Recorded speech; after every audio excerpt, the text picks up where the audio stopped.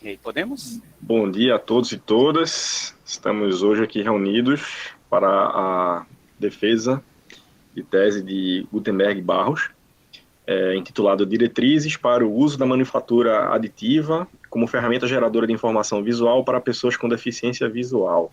O design como peça fundamental no processo de inclusão. Gutenberg, você tem por volta de 30 a 40 minutos, não é isso? De apresentação.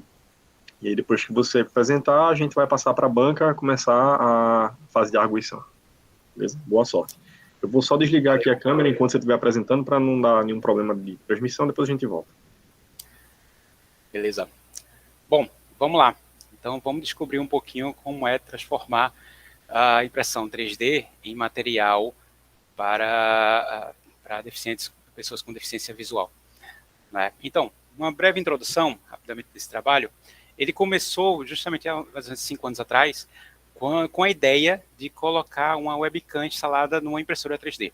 E com essa webcam, a gente conseguia captar todas as imagens que eram colocadas nele, em cima da mesa da impressora, e ela era vetorizada, transformado em código, e a impressora conseguia imprimir exatamente em cima das linhas. Assim, qualquer desenho que fosse feito, qualquer rascunho, qualquer rabisco, poderia ser transformado rapidamente numa informação tátil. Tá? Depois disso, ele foi aprimorado. Né? Essa versão anterior, ela recebeu o Best Short Paper lá do SVR, né, que é o maior congresso de realidade virtual e aumentada do Brasil. E depois ele foi ampliado com o microcomputador, com o caixa som, para entrar com informação adicional. E aí a gente imprimiu com filamento condutivo, e ele detectava quando as pessoas tocassem e dava o contexto da imagem, o contexto da figura. E nesse momento, surgiu, assim, ele foi aprovado como pôster lá no SIGGRAPH, e em 2016, mas nesse momento começaram a surgir as dúvidas. Tá, qual é a espessura, qual é a largura, qual é a altura que eu deveria imprimir isso para ser bem percebida? Para essas informações serem bem percebidas, serem confortáveis ao uso. Como é que eu deveria fazer isso? E a gente não tinha essa resposta. Então começaram as investigações. E nessas investigações a gente descobriu vários equipamentos que existem, para várias tecnologias diferentes que podem fazer várias intervenções, várias adaptações dessa informação, mas é muito difícil você adaptar, assim, quase todas são voltadas para texto, tá, para o Braille e tal, então é muito difícil você adaptar imagens, só que quando você vai para a área das ciências, tecnologias, engenharia e matemática, você precisa muito para gráficos, para fotografias, descrever vários conceitos que ficam difíceis de a gente fazer, de a gente conseguir só com o texto. Então, por mais que o texto consiga descrever, ele não consegue transmitir as informações, né, de conceitos, de ideias tão facilmente. Tá? Então, você junta isso ao fato de que mais ou menos um quinto da população brasileira possui algum tipo de deficiência visual, tá? São pessoas com deficiência visual, e que essa diferença, ela no ensino, por exemplo, da matemática, como o Hasper percebeu, essa diferença ela tende a aumentar com a idade, tá, no desenvolvimento do conhecimento, então você agrava ainda mais esse problema. E quando você vai para essas tecnologias que eu estava falando, as mais usadas, a gente encontra muito impressora Braille, encontramos impressoras térmicas, elas são muito caras. A impressora Braille ela varia de volta de 20 mil a quase 100 mil reais, eu encontrei esses preços, sendo a mediana em torno de 38 mil reais. Tá? Na impressora térmica, eu encontrei só apenas um fornecedor e ele estava vendendo por 10 mil reais. Já a impressora 3D, apesar de você conseguir variar aí de mil e poucos reais até uns 25 mil, a mediana fica em 2.400. Há 20 anos atrás era 1 milhão de reais, há 10 anos atrás 100 mil reais, há 5 anos atrás 3 mil, 4 mil reais. Quer dizer, não só é o valor mais baixo, como ele está decaindo. Tá? E a gente encontra, outra coisa, a gente encontra muitas adaptações, muitos materiais disponíveis na internet para você baixar e imprimir, para utilizar. Tá? Mas também, como é que seria isso? Qualquer material funciona, qualquer material serve, existe algum critério, existe alguma construção disso aí? Eu não encontrei, não vi em local nenhum. Então, o que está sendo feito não é muito, mas o que está sendo feito é feito o assentimento do que cada um acha, o que deveria ser, o que não deveria ser. Deve ter alguns ainda com algum estudo. Mas, assim, tem esse potencial de distribuição para o mundo inteiro desse tipo de informação. Então, se uma pessoa, a comunidade maker, começa a desenvolver esse material com algum tipo de direcionamento, a gente consegue atingir todo mundo, somente baixar e imprimir e produzir.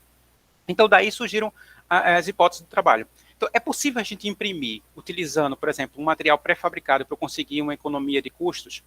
É possível, assim, essa legibilidade desse material, ela depende das configurações que eu escolher. Quer dizer, essas configurações, eu posso usar qualquer configuração, ou eu preciso definir alguma específica para ser melhor compreendida. Tá? Então, o objetivo desse trabalho é justamente isso, encontrar esses parâmetros ideais, tá? Visando uma legibilidade de baixo custo e facilitar essa disseminação entre as pessoas. Aí eu vou passar um pouquinho parte da nossa limitação de tempo, vou passar alguns slides e alguns gráficos mais rapidamente, então, se vocês tiverem algumas dúvidas, vocês podem me perguntar depois sobre um desses conteúdos. Mas, assim, as etapas do trabalho, elas passam justamente por avaliar esses materiais, comparar a aderência deles em diversas configurações de altura, largura e de materiais também, e avaliar justamente isso junto às pessoas e enunciar quais são as configurações que seriam recomendadas, que seriam interessantes se houver essa diferenciação. Tá? Então, ele foi dividido nessas áreas, um levantamento de dados inicial, 2 experimentos, um mais voltado para o que é possível ser fabricado e outro sobre o que as pessoas acham disso aqui, e a conclusão. Tá? Então, desse ponto, a gente parte para a fundamentação teórica. Ela foi dividida nessas partes que eu mencionei, e ela começou justamente com esse estudo inicial para dar uma visão geral do que estava rolando, do que existia no mundo, o que acontecia. Então, pesquisando por pessoas com deficiência visual e com a impressão 3D, linkando esses elementos, encontrei algumas, muito poucos assim, artigos, muito pouca gente pesquisando ou trabalhando com isso, tá? Poucos também utilizando, fazendo pesquisas com usuários e com poucos usuários, tá? Acho que só um estudo fazer com 150 pessoas, mas era mais um estudo de opinião, junto com estudantes, alguma coisa mais superficial, uma coisa mais rápida, tá? Mas muitos realmente tinham poucos estudos, e eram todos intervenções de adaptação de tecnologias já existentes para o mundo das pessoas com deficiência visual. Então, foi aí que a gente começou a pesquisar sobre a fabricação e sobre o processamento da imagem, a percepção da imagem tátil. E essa parte demorou bastante para eu conseguir contactar, foi difícil localizar, mas ela lá na área de psicologia, eu encontrei muitos dados sobre como é que as pessoas, como é que a memória atua junto a esse tipo de dados. Então, tem algumas diferenças, por exemplo, para quem enxerga, primeiro a gente olha a gente tem uma visão geral dos elementos e depois a gente se atém aos detalhes. Com o tato é o contrário, você coleta vários detalhes para formar o todo. Já em termos da forma do objeto, figuras 3D são muito mais fáceis de ser reconhecidas porque elas têm uma assinatura, elas possuem textura, forma, peso que caracterizam ela. Já na figura 2D, a gente tem que se ater a contornos, texturas, tá? A familiaridade com aquele tipo de desenho, o conhecimento daquela forma de representação visual, e junta isso tudo na memória e tentar adaptar ou descobrir ou perceber o que é aquilo ali. Então, no 2D ela é muito mais complicada. Em termos de identificação, enquanto que as pessoas que enxergam, elas apelam para uma biblioteca de imagens, uma biblioteca que foi formada, e os cegos na ciência não têm essa biblioteca, eles vão para um tato, eles se apoiam num tato muito mais apurado. Os cegos tardios, eles saem um pouco de vantagem, assim, eles conseguem desempenhar um pouco melhor, porque eles têm um pouco dos dois lados, então eles conseguem identificar um pouco mais rapidamente as imagens. Mas, assim, existem algumas habilidades que são bem interessantes, assim, que são fundamentais para perceber, para lidar com essas imagens táteis, que são escaneamento, discriminação tátil, compreensão espacial, memorização de curto prazo e a compreensão de imagens táteis. Então, o escaneamento, ou seja, localizar um objeto e seguir uma linha. A gente tem a discriminação tátil, que é justamente tem que perceber formas, tamanhos e texturas, tá, deles. A compreensão espacial, a posição dos objetos e a rotação em que eles se encontram. A memorização para juntar todos esses dados e dar o contexto para isso, então, e a percepção de sair desse ponto, certo? E aí existem alguns cuidados também, principalmente para, assim, todas as vezes que a gente apresentar uma informação tátil, a gente acompanhar com a interpretação, né, com algum tipo de orientação em outra mídia, pode ser via braille, pode ser via áudio, para apresentar esses dados, tá? Texturas são algo que melhora o contraste, melhora a distinção entre os objetos, mas elas consomem mais memória e elas cansam mais rapidamente o tato, então elas devem ser usadas com moderação. E perspectiva deve ser evitado de todo jeito, porque realmente ela requer esse conhecimento prévio dos sistemas de representação gráfico, tá? Exige mais memória e, assim, é algo realmente que pode atrapalhar na configuração, se a pessoa não conhecer. Por exemplo, você tem um cilindro é um objeto curvo, mas pode ser representado por um retângulo. Então, como é que alguma coisa pontiaguda, reta, pode representar alguma coisa curva? Outro exemplo interessante é que, por exemplo, o objeto tátil, quando a gente enxerga um objeto, quanto mais longe ele está, mais menor ele aparece para a gente. E no tato não acontece. Se eu esticar o braço e pegar um objeto longe, ele vai estar do mesmo tamanho do que se eu pegar ele próximo a mim. Então, são coisas que a gente não consegue transmitir por imagem corretamente. Então, a perspectiva realmente é algum ponto problemático. Então, vi várias tecnologias, adaptações, simplificação de imagens, utilização de objetos 3D, várias formas com que as pessoas estão criando os próprios artigos, né, que eu mencionei também. E as tecnologias que encontrei nas instituições, principalmente a prancheta com a reglete, onde é feito manualmente o uso Braille, a máquina de escrever em Braille, a impressora Braille também, produzindo na parte de texto, e na parte de imagem, várias adaptações mesmo, como o geoplano, onde se coloca ligas com pinos, o giz de cera escrito sobre uma tela, então um processo mais artesanal para dar algum relevo, dar alguma texturazinha. Uso de lã em cima de velcro, mas aí tem um problema da textura, né? Mas para fazer o desenho. E a impressora térmica. O problema da impressora térmica é que ela eleva o que for escuro. Só que muitas vezes a gente usa, como perspectiva, a gente usa o claro e escuro para salientar. Então a imagem não necessariamente fica legal. Participei de oficinas também de criação de material e vi a tensão que é você produzir, por exemplo, o Braille, eu que não tinha prática nenhuma, então eu tinha que escrever, era uma intervenção física, se eu errasse eu descartava, eu teria que começar de novo, e o Braille tem que ser escrito espelhado de trás para frente. Então isso foi um desafio também, eu levei bastante tempo. Então um grupo, trabalhando juntos pela primeira vez, a gente levou uma tarde para fazer esse mapa aqui. Então realmente é tenso, é difícil, é demorado, requer um treinamento para ganhar essa prática, para desenvolver material para lá. E aí que entra a impressão 3D. Existem vários processos diferentes, usando pó com aglutinantes, usando líquidos, usando, enfim, camadas sólidas, existem várias maneiras. Tá? Então vou passar rapidamente aqui. Essencialmente, ele deposita o material em camadas, qualquer um que seja desses processos. Então, o que é importante trabalhar, a gente conhecer, assim, passar mais rapidamente esse processo de fabricação, são as estruturas. Então, a gente tem, por exemplo, a estrutura superior, a superfície superior, que eu utilizei nos experimentos, o preenchimento interno, que raramente é sólido, normalmente ele aparece, ele possui uma padronagem específica gerada automaticamente, tá? E temos as linhas de contorno, responsável por boa parte da resistência da peça e tal. Falar nisso, nessa parte da resistência, o pessoal a equipe descobriu que descobriu que há uma relação entre o diâmetro do bico e a altura da camada de 1,6. Então, quando você faz essa relação maior, então uma camada mais esmagadinha como aqui, ó, essa relação está de 6 para 1, então o bico em relação à altura, você consegue uma aderência melhor. Então, o corpo do objeto impresso, ele atua como se fosse um corpo único. Quando essa relação é menor, então como aqui, ó, 1 para 1, altura por largura, então a gente tem facilmente sendo partida, sendo cortada em cima dividida nos pontos de junção das camadas. Bom, então, passando rapidamente, com base nisso aí, comecei a trabalhar em cima dos experimentos. Então, o primeiro experimento, como eu falei, ele lidou mais com a parte de fabricação. Tá? Então, o experimento 1, ele trabalhou em 3 etapas. A parte de materiais, a aderência em diferentes configurações e a superfície de formas. Na parte de materiais, foi especificado depois de uma visita no comércio da cidade, assim, que os materiais precisariam ter até R$7 por metro quadrado, baseado na média de preços que eram praticados na época, foi no início do ano passado, e adquiridos em lojas de comércio da cidade. Então, esses foram os dois requisitos. Tá? Então, eles foram submetidos, esses materiais, todos os experimentos foram submetidos a um enrolamento em torno de um cilindro para ver o quanto era essa resistência de aderência. Certo? Então, o que é isso? Normalmente, os experimentos são feitos com uma máquina tensionadora que puxa e checa a resistência, a força que está sendo empregada. Tá? Mas aí, no caso, a ideia realmente é algo de baixo custo que pudesse ser colocado em qualquer lugar do mundo. Então, de repente, se eu for para o sul do país, ou se eu for para a Europa, para o Japão, eu vou encontrar materiais diferentes. Então, como é que poderia ser checado novamente essa resistência? Então, isso aí seria um processo de fazer isso em qualquer lugar, de qualquer ponto. E aí, esse descolamento era medido. Tá? Então foram feitos então os 3 testes. O primeiro foi feito com 7 alturas diferentes, de 0,1 a 0,5 e depois de 0,7 e 1 milímetro, tá? Com 4 larguras. Então a largura de um filete de perímetro de contorno, de linha de contorno, 2, 3 e 4 larguras, com 4 repetições cada um, em todos os materiais encontrados.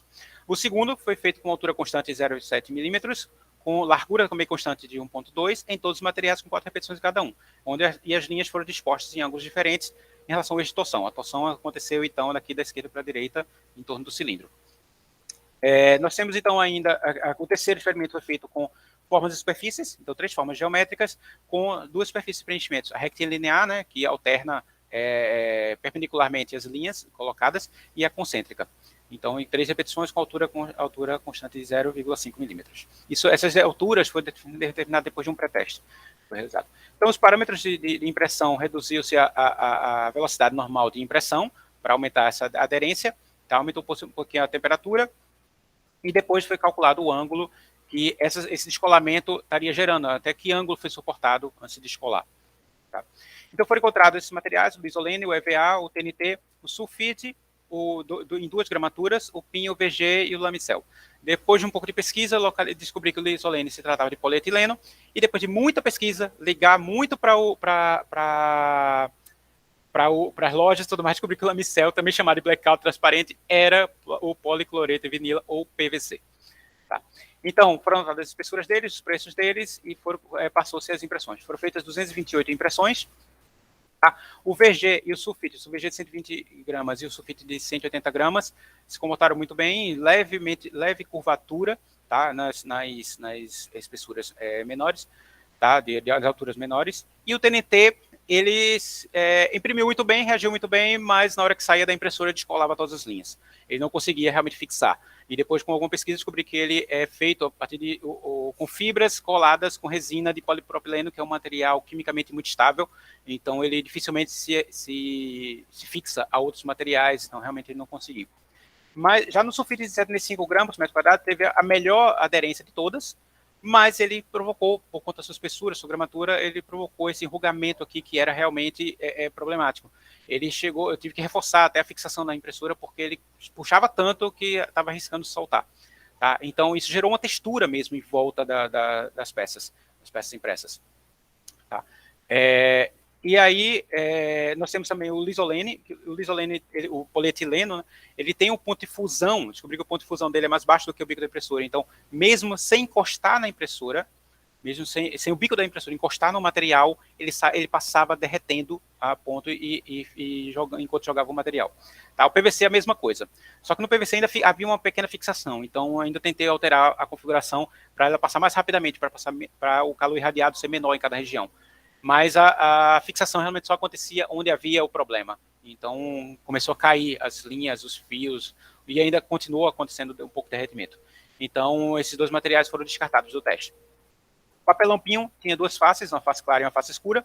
A face escura houve uma interação muito forte com as fibras, tá? Então, só que as fibras em si, elas não interagiam, não tinham uma aderência muito forte. Então, você vê aqui até algumas peças saíram inteiras, totalmente coladas no material, mas o próprio material, as próprias camadas do material, elas descolavam.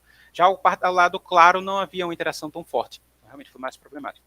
No EVA, o calor fez ele encolher na região onde o pico passava, e também tivemos problemas com a aplicação das alturas, das maiores alturas. Nas menores, a fixação foi legal. Tá? E aí foram feitas as 2.040 medições, elas foram anotadas, foram analisadas, e a gente chegou a essa primeira conclusão. Então, com 1.344 medições para essa parte de aderência, então, podemos dividir os resultados em três categorias. O sulfite de 75 gramas, que foi muito bom, o VG também. Então, estatisticamente, eles não têm diferença significante. Nós temos o segundo grupo, o sulfite 180 e a parte escura do papelão pinho, e a parte clara do papelão pinho e o EVA em terceiro grupo também, então, com um grupo mais fraco de aderência.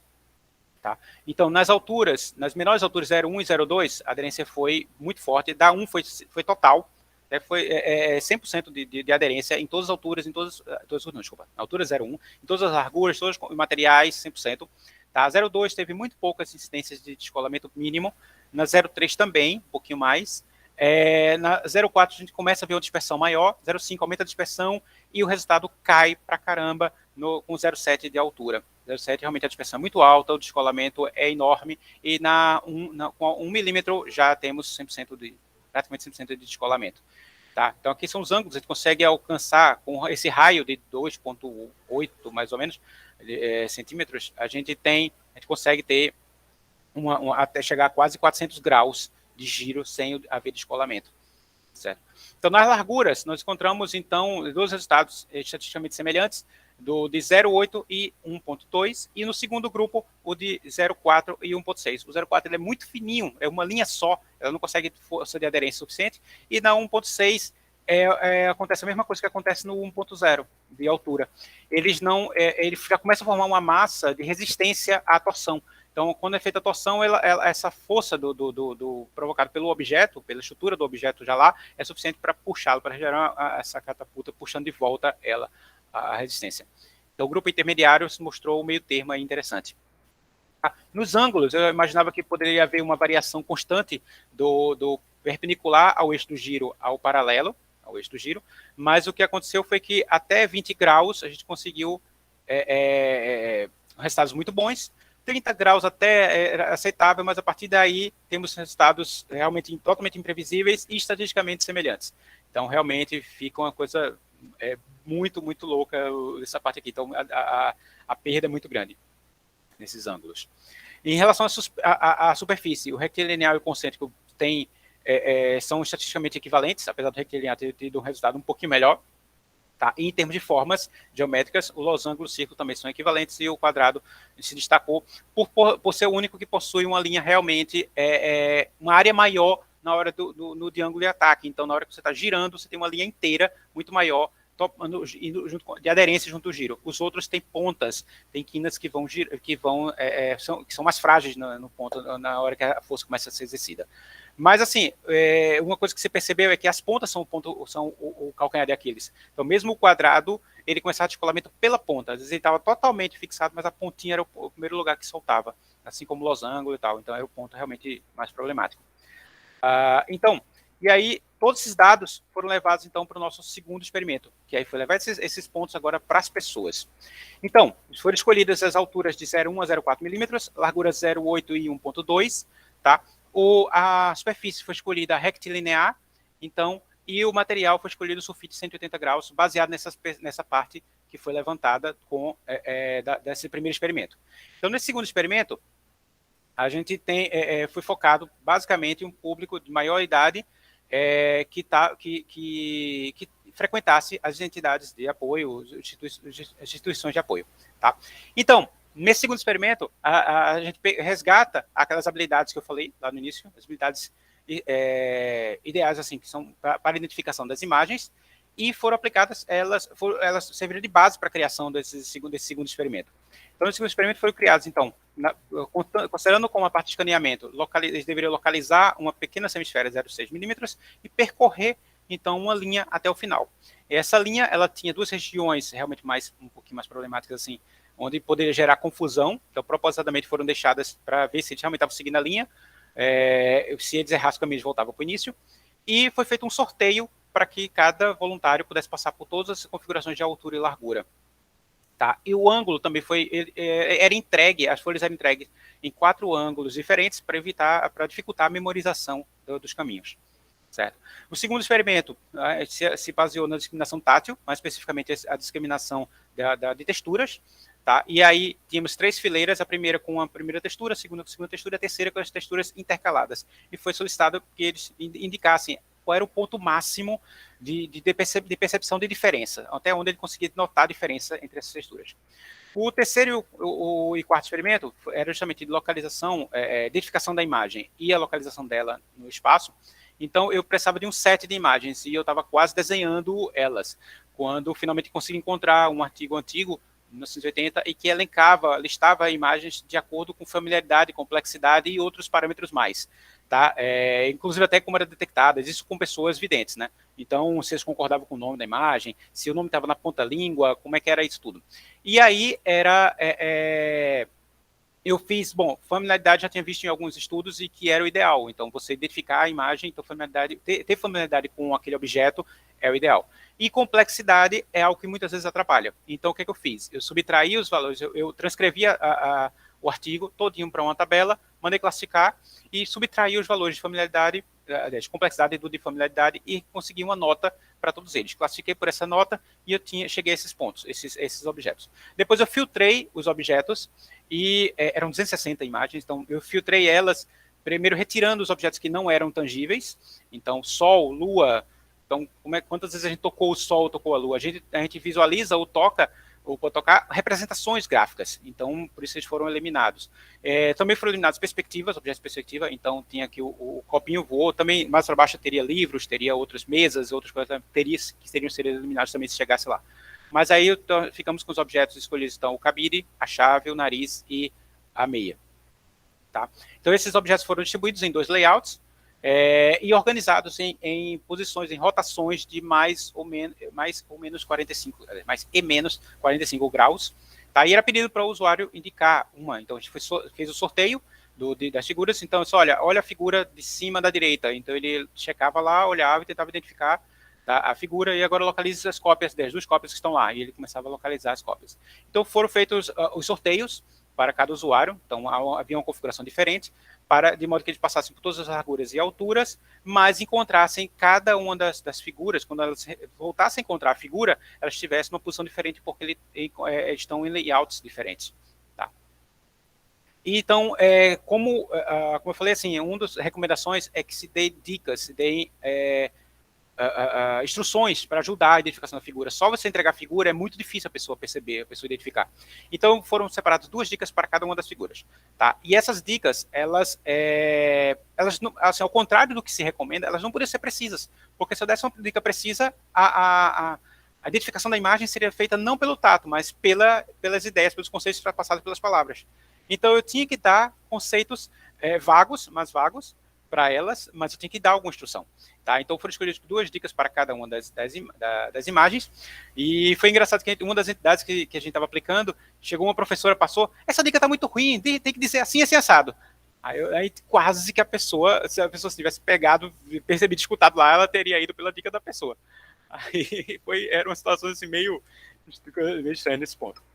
E aí foram aplicados em 5 locais. Então, nesse cenário pandêmico, a gente teve várias dificuldades, então, para localizar. Então, várias entidades assim que a gente encontrou em contato, na Paraíba também, né, Alagoas, vários locais, o pessoal estava, aqui no Recife também, eles estavam em quarentena, eles estavam em ensino remoto, então não ia ser possível localizar muitas pessoas, e muitas delas também não liberaram, mesmo para fazer com quem estava frequentando, então eles não permitiram. Então, as 5 que eu consegui, que abriram as portas para participar, foram justamente a ACACE, em Caruaru, a Sobercé, a PEC e o CAP aqui no Recife, e um voluntário também no IFPE. Tá? Então, por conta também desse cenário, eu só consegui 28 voluntários. Eu gostaria de ter conseguido mais, mas aí acabei fechando 28. E aí, 24 conseguiram fazer a atividade, o primeiro teste do escaneamento, 28 na discriminação tátil, todos os 28, e apenas 27 pela compreensão espacial e da imagem. Esses que não conseguiram completar as tarefas foi mais questão de saúde, questão de diabetes, então afetando o tato, então compreensão, então isso realmente limitou um pouco a participação deles lá nesses pontos. Então foi considerado apenas esses números. Variado de 26 a 68 anos, tivemos 15 cegos nascença, cegos congênitos, e um pouco mais da metade, né, e 8 dos voluntários possuíam baixa visão. Tá? E aí, as reações deles eram as mais diversas. Tivemos alguns voluntários que se divertiam, alguns não, muitos se divertiam pra caramba. Uma delas mesmo saiu comemorando, pulando, chamando as amigas para contar a história, contar o que ela fez e tal. Nós tivemos também muita competitividade, quando elas sabiam que algum amigo estava fazendo também. Não, quanto tempo eu estou fazendo? Tá? Quanto tempo ele fez? Quanto é que ele conseguiu? Eu estou mais rápido, eu estou ganhando. Havia muita competitividade na história, muita persistência. Talvez por conta dessa competitividade, eles não queriam desistir de maneira alguma, mas eu percebi até quando não havia essa competitividade, havia a persistência muito forte. A gente tinha colocado um limite de 2 minutos para não frustrar, para não ser muito intenso, então cada teste tinha que ser feito em 2 minutos, se não localizasse, a gente entregava outro, a gente trocava. Mas com muitos voluntários a gente não conseguia trocar, porque eles não, eu vou conseguir, eu vou fazer, e persistia. Tá? Muita curiosidade também como é a impressão 3D, então eu passei a levar objetos para mostrar lá, então eu levei objetos para eles, para apresentar, para eles tocarem, perceberem, e eu explicava o que era, quando eu explicava a pesquisa. Mas alguns demonstraram apatia e alguns também até desconfiança. Essa desconfiança, ela foi justificada, informando que assim, que às vezes eles não gostam de participar porque aparecem muitos pesquisadores, fazem suas pesquisas e depois somem. Não mostram seus resultados, não voltam, não trazem nenhuma contribuição, só vêm tomar a participação, não entregam nada em volta, de troca. Tá? Então, mas é que foram poucos voluntários que se mostraram dessa maneira. Tá? E aí esses dados foram anotados diretamente numa planilha, foram coletados diretamente na planilha e analisados, E a gente teve aqui um dos pontos interessantes, foi justamente que as alturas, por exemplo, a 01 teve muita reclamação.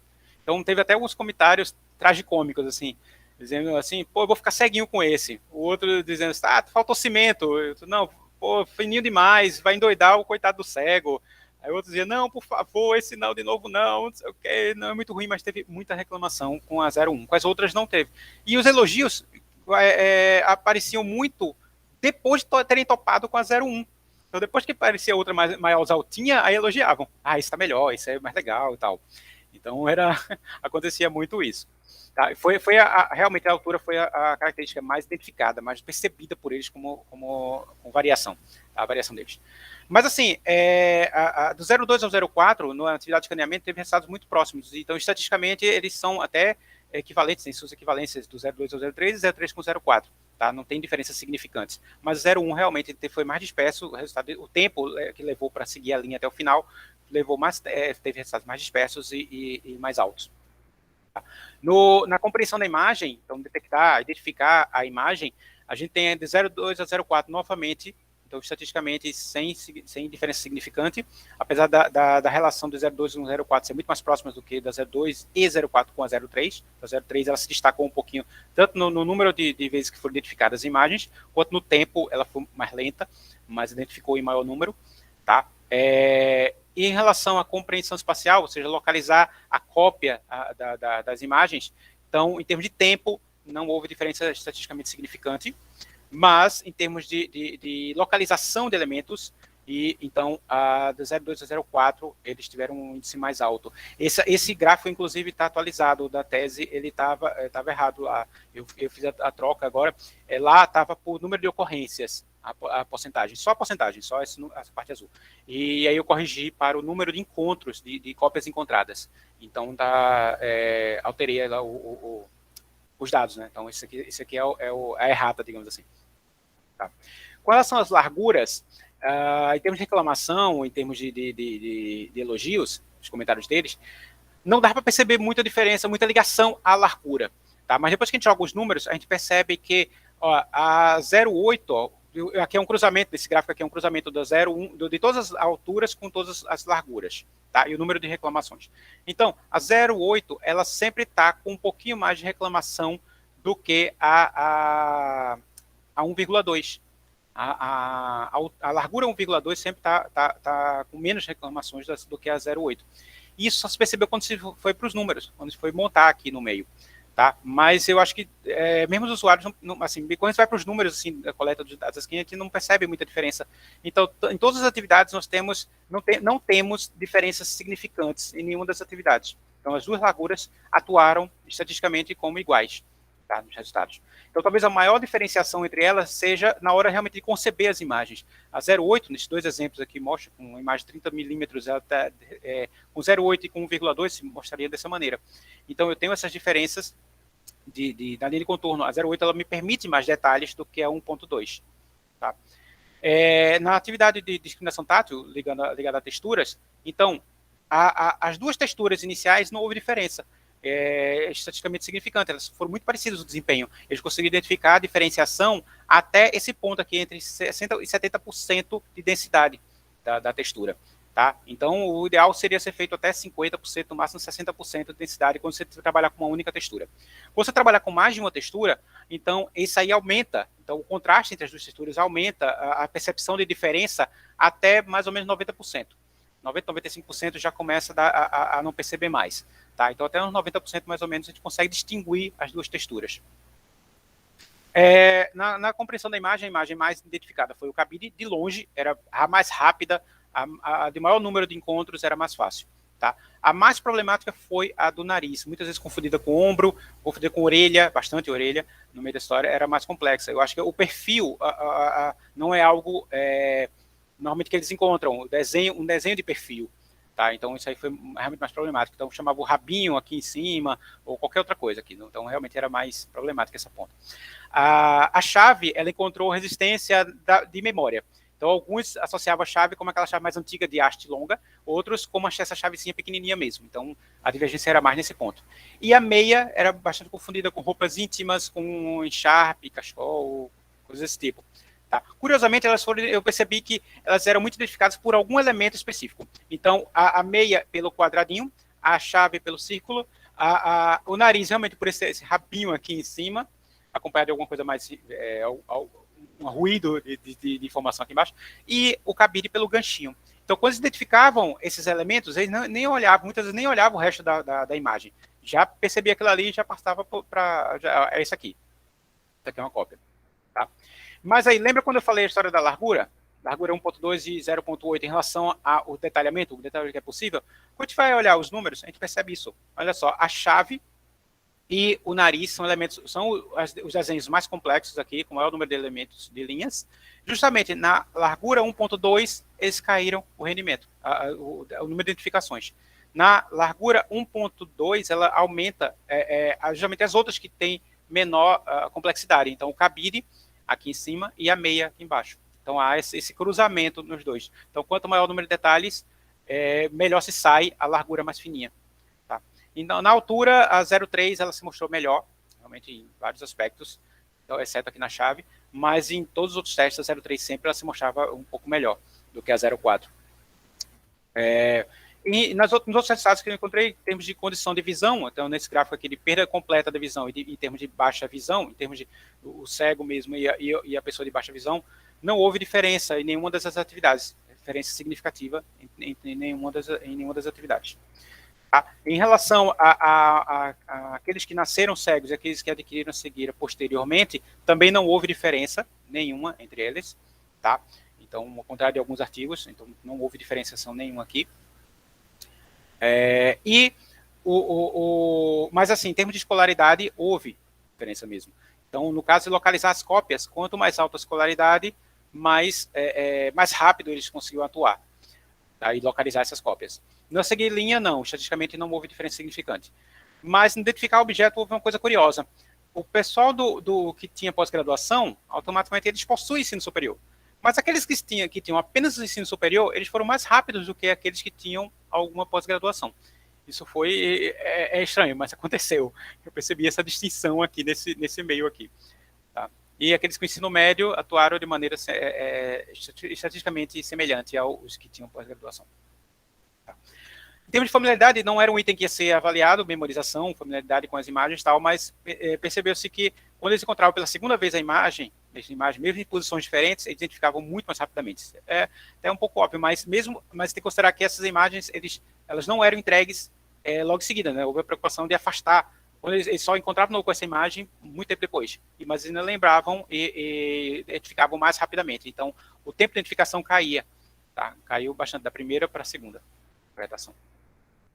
E aí, com base em todos esses dados, o que eu consigo chegar desse ponto? Assim, então, é possível fazer algumas recomendações com base nisso aí.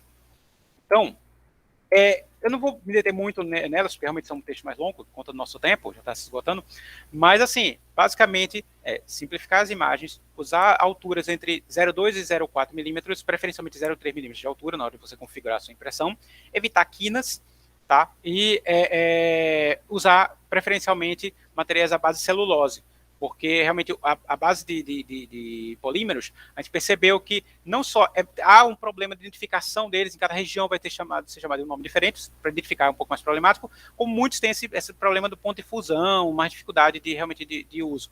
E fora que o único polímero que foi levado adiante foi o EVA, e ele tinha uma aderência mais baixa. Então, realmente, precisaria de um estudo químico para saber qual polímero se associa melhor com o material que está sendo usado. Enquanto que a base de celulose, não, a própria fibra interage melhor, ele é mais fácil de localizar, inclusive em papelaria, em vários lugares diferentes, e o custo também é interessante e tal, e a gente consegue aplicar, ele não tem muita informação, mas a gramatura ideal é entre 120 e 180 gramas por metro quadrado. Tá? Uma coisa muito importante também é que esse uso de imagens estáticas deveria ser estimulado desde a infância, deveria ser mais estimulado, tá? Para se ter aplicações melhores, né, depois na educação ao longo do tempo. Tá? Sim, outro ponto interessante é que a textura deve ser evitada, mas se for usada, ela pode ser usada até 10 a 50%, entre 10 e 50% de densidade do preenchimento interno, pode ser aproveitado para imprimir, desde que se você estiver usando uma única textura, se estiver usando 2 ou mais, a gente pode chegar até 90% de diferenciação. Temos um range maior aí de trabalho. Tá? Então, com base em tudo isso aí, o que é que eu posso concluir desse ponto todo? É que, assim, pelo que eu coloquei das hipóteses, sim, respondendo a hipótese lá, a primeira hipótese, é possível imprimir utilizando outros materiais como base e ter uma redução considerável de custos. Tá? Essa redução aí, ela ficou aqui em média, se na tese ela tinha os 3 primeiros experimentos, aqui eu estou completando todos, já atualizei lá a tese para todos os experimentos utilizados, e a média de ganho, de economia, na verdade na tese também estava como ganho, a economia deles, então ficou entre 92,49% no material e 90% aproximadamente no tempo ganho para impressão. Tá? No entanto, a aderência, então, havia também, estava isso também lá na hipótese, a aderência não é igual, ela é menor. Tá? Mas assim, ela é factível para o uso geral. Então, você folhear um livro, você passar, você manipular. Então, foram feitos somente 2 conjuntos de testes e aplicados com as 28 pessoas e não houve dano algum neles. E mesmo que houvesse, é rápido, vocês podem ver aqui pelos tempos, é rápido de produzir novas unidades, tá? Por esse processo. Mas ele... Lá veio o carro do ovo, onipresente. Então, essa aderência ela é menor, mas ela só vai acontecer, ela vai perder quando, se você, por exemplo, como aconteceu um acidente lá, na hora que colocou uma das folhas de volta na sacola, assim, quando estava saindo, ele dobrou o papel e vincou. E no que vincou, ele descolou a peça. Então, é só haver um vinco mesmo para descolar. Mas, senão, ela aguenta, como ele viu, quase 400 graus, dependendo da configuração utilizada, de giro, com esse 2 centímetros, 4 centímetros de diâmetro, digamos assim, né? Dá para trabalhar. Então, a legibilidade também depende da configuração, principalmente de altura. Na largura, a legibilidade ela vai atuar muito mais, a largura vai atuar na legibilidade muito mais no detalhamento. Tá? Mas ela é dependente da densidade de texturas e da altura, principalmente. Tá? Mas não se verificou diferença entre cegos congênitos e aqueles que ficaram cegos depois, nem aqueles que tinham perda total e perda parcial de visão. Assim, só um detalhe, né? Quem tinha perda parcial foi bloqueado, né? A visão foi bloqueada com um aparato para que eles não vissem, eles ficassem em pé de igualdade com quem estava, com quem era completamente cego. E percebeu também que a escolaridade influencia a identificação das imagens de localização espacial, mas ela não influencia a atividade de escaneamento e de seguir linhas. Tá? Bom, só mais se eu permitir, assim, eu passei um minuto do tempo, mas só para completar, é que, assim, em trabalhos futuros, então, se pensa em outros testes, assim, a utilização, por exemplo, de filamento flexível, utilização de testes de variação de temperatura da mesa e umidade, por isso altera também, isso pode alterar os dados. Levantamento de familiaridade e complexidade das imagens, porque aquele teste de imagem que eu utilizei considerava a visão, né, das pessoas que enxergavam. Então, como é que seriam os objetos mais familiares para uma pessoa com deficiência visual? Então, esse levantamento poderia chegar a outros resultados. Tá? De repente, estimular competições, já que eles se divertiram tanto e havia esse espírito de competitividade, estimular competições nas instituições para que a gente conseguisse esse estímulo do uso das imagens táteis. Tá? Bom, várias coisas, mas principalmente a divulgação das recomendações, que é uma coisa que eu pretendo fazer. Pegar essas recomendações, jogar na comunidade maker, jogar na web e também em artigos científicos também, para aumentar o número, isso poder chegar no mundo todo, para que as pessoas possam começar a utilizar a impressão 3D como uma maneira de difundir, de facilitar as imagens, né, para as pessoas. E, quem sabe, alterar esse resultado, melhorar o resultado da educação. Só mais uma coisa, é que eu fiz um pré-teste, teimosamente eu fiz um pré-teste de temperatura. Pré-teste não, foi um estudo inicial assim, mais longuinho aqui, com temperaturas.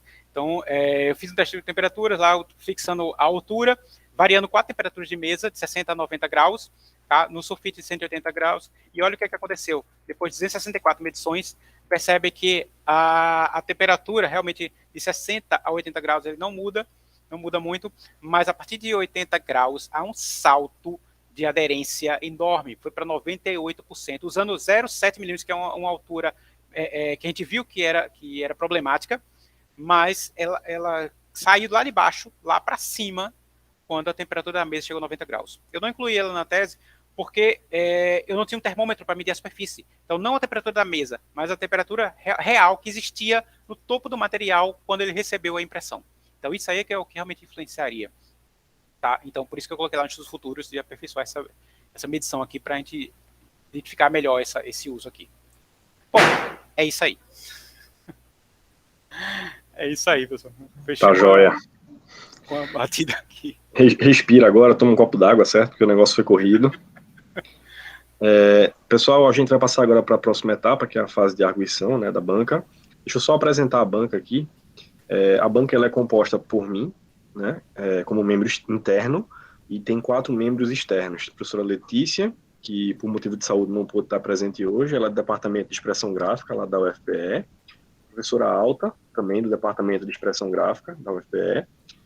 Lucas, que é do Departamento de Design lá do CAA, também da UFPE. E a professora Flávia, que é do Instituto Benjamin Constant, certo? A gente geralmente começa na ordem do mais distante para o mais próximo, né? E tem uma política que Walter geralmente adota nas bancas dele, que eu acho bem interessante, que a gente meio que faz um rodízio de 15 minutos para ninguém ficar muito tempo, né? E acabar dando oportunidade para todo mundo falar. Então, se vocês não tiverem nada contra, a gente pode fazer isso. A gente começa nessa ordem. Então, a gente começa com Flávia, depois passa para Lucas, para Alta e para mim. E a gente fica revezando. Beleza? Então, por favor, professora Flávia, pode ficar à vontade. Bom dia, gente. É um prazer estar aqui hoje. Eu fiquei muito feliz e muito honrada com o convite para participar da Banca do Gutenberg. E eu agradeço muito o convite. Eu gostei muito da tese Gutenberg, aprendi muito com sua pesquisa. Eu fiz várias observações, tá? Que depois eu posso te enviar tudinho por e-mail. Massa. Mas eu estou com duas dúvidas que eu considero serem as mais importantes de pontuar aqui, tá? A primeira é em relação à sua ou às suas questões de pesquisa. E a segunda é em relação ao seu método. E aí, deixa eu começar aqui, então, eu fiz as anotações, estou olhando aqui na minha colinha, tá? Vamos começar, então, pelo problema da pesquisa. Lá na página 4, no último parágrafo, tá assim: o que se propõe nesta pesquisa é justamente buscar parâmetros para usar a impressão 3D, de modo que a percepção de material bidimensional de origem visual facilite o seu entendimento. E aí, lá na página 9, no segundo parágrafo, tá assim: é um caminho extenso e, por isso, neste trabalho, buscar-se-á descobrir, do ponto de vista construtivo, como definir a construção visando facilitar a compreensão da informação tátil por uma pessoa com deficiência visual, PDV. Como consequência, acredita-se que haverá melhoria de estímulo no processo de ensino-aprendizagem. E aí, como para assim, uma sugestão, tá? Só para realçar as suas questões de pesquisa, para que qualquer pessoa, uma pessoa leiga que não seja da área, né, identifique o que você realmente está querendo pesquisar. Eu fiquei assim, apareceu na página 4 e depois na página 9. Eu fiquei na dúvida, são duas questões de pesquisa. Aí, assim, como sugestão, tá? Não que você tenha que seguir, mas como sugestão, eu propus colocar assim: com base nas considerações apresentadas anteriormente, surgiram, né, os seguintes questionamentos. Aí colocar isso em forma de questionamento mesmo, de interrogação. O uso da impressão 3D pode favorecer a percepção do material bidimensional de origem visual, de modo a facilitar o seu entendimento? E aí, pegando também, transformando a questão lá da página 9. Como definir a construção de peças tácteis para favorecer a compreensão da informação táctil por uma pessoa com deficiência visual? Essas duas sugestões seriam mais para dar um destaque no que você realmente está pesquisando. E aí pensar se deixa as duas em páginas separadas ou se coloca as duas numa página só. Entendi. Tá? Eu acho que isso também é um resquício, desculpe, mas assim, acho que é um resquício também das etapas em que a tese passou ao longo dos anos.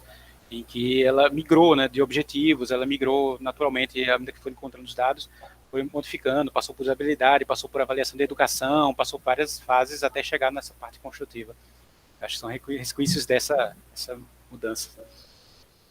Mas aí, é uma excelente sugestão. Tá bom, então eu fiz vários outros comentários, vou passar aqui para não me alongar muito, para ir lá para o método, né? Então, lá na sua página 91, no item 4, experimentos, eu fiquei na dúvida, ele se refere ao seu método, não é isso? Tá, então, experimentos é o seu método, ele vai falar do método. E é um método mais empresarial do que acadêmico, né? Essa parte de fabricação, né? Isso. Então, como sugestão também, né, eu penso que seria interessante você explicar que o método, metodologia de projeto, ele se refere a um procedimento que é essencialmente para empresas, porque tem o objetivo de desenvolver conhecimentos, utilizar ferramentas e técnicas necessárias para alcançar resultados satisfatórios. Eu digo isso mais como uma pessoa que não é dessa parte empresarial, que é da parte da educação, né, para não ter dúvidas em relação a esse método, tá? Porque o designer realmente ele atua nas duas áreas, né? Ele atua na fabricação, na construção e na relação disso com as pessoas. Então, como isso se dá com relação às pessoas. Por isso que tem um pouco dessas duas visões também. Aí, seria mais assim para, por exemplo, uma pessoa como eu, metodologia dos projetos, entendeu? Só para explicar para uma pessoa externa, pessoa que não é da área, para entender que método que é esse, que é bem interessante, por sinal. E a outra, que aqui eu gostaria, eu li sua tese, eu gostei muito, né? Que me chamou muito a atenção é que, por conta das pesquisas que eu realizo com recursos táteis para a comunicação alternativa, para alunos que têm deficiência visual associada a outras deficiências, né? E existem 3 tipos de recursos táteis, que são os símbolos táteis, os símbolos tangíveis e os símbolos texturizados, sendo que cada um deles tem as suas diferenças e tem as suas semelhanças. E a sua pesquisa é sobre manufatura aditiva e me fez lembrar de um artigo muito interessante que eu li e que também se refere a uma pesquisa, é um artigo fruto de uma pesquisa, sobre a utilização de símbolos táteis feitos com materiais semelhantes aos que você utilizou nos seus experimentos para ensinar cores para crianças com deficiência visual. E aí eu coloquei essa referência desse artigo para você ler depois, né? E se o seu orientador também tiver interesse, ler também. E eu vou aproveitar, deixa aqui, não vou perder a oportunidade, para fazer um convite para uma parceria para replicar essa pesquisa, né? Se você tiver interesse, claro, para replicar essa pesquisa e utilizar essa manufatura aditiva nos símbolos táteis para ensinar cores para crianças com deficiência visual. Seria uma replicação dessa pesquisa, tá? Então, muito se bom. você e se o seu orientador tiver interesse, fica aqui o convite para estabelecermos essa parceria. Eu tenho um grupo de pesquisa, o Labicatio, ele é bem recente, ele é um grupo pequeno, né? Então, se vocês tiverem interesse, estão convidadíssimos para realizarmos esse projeto no ano que vem. Já está aceito. Bom, fico muito feliz com isso. E no mais, parabéns, sua pesquisa está muito top. E todas essas considerações que eu fiz aqui, eu vou te mandar depois por e-mail, tá bom? Muito obrigada pelo convite. Parabéns. Obrigado. Dessa coisa das cores, eu tinha encontrado um artigo, mas era para mais adultos, né? Era da parte de astronomia, para passar o conceito de cores, utilizando... aí ele trata de frequência da luz e tal, mas para uma criança isso é inviável, não dá para ensinar a cor dessa maneira, realmente. Mas eu fiquei muito curioso agora para saber como a gente faz isso. Foi muito legal, gostei bastante. Que bom. A referência está aqui, depois eu te... Massa. Quero sim. Pronto. Obrigado, Flávia. Você tem um tempinho ainda, mas sim, se quiser pode voltar depois e falar, não tem problema não, tá? Vamos passar agora a palavra para Lucas. Então, Lucas, fique à vontade. Bom dia, pessoal. Bom dia a todos. Bom dia. Walter e Gutenberg, muito obrigado pelo convite. Também fiquei muito feliz de participar, de estar aqui nesse momento. Fiquei honrado também com o convite. Trabalho com uma contribuição social assim incrível. Eu, sim, tenho poucas dúvidas, né, ou sugestões assim.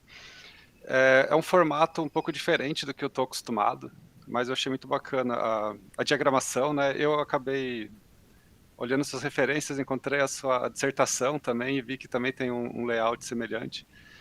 Mas achei muito bacana você trazer as conclusões no final assim, dos capítulos, né? Isso, fazer aquela síntese. Queria te parabenizar também pelos fluxogramas, pelas figuras. E me parece que tem até um projeto de design assim, para as figuras, todas seguindo um padrão cromático, uma qualidade altíssima. Assim. Os seus fluxogramas ajudam, fica muito fácil, assim, você lê ali umas 3, 4 páginas, vem um fluxograma, você organiza tudo e não sobra nenhuma dúvida, sabe? Ficou muito bom, muito bom. É importantíssimo a gente ver cada vez mais esse tipo de coisa nos trabalhos de design, né? Vou passar para meus alunos de TCC, assim, como referência, essa síntese visual que você faz em alguns momentos do trabalho.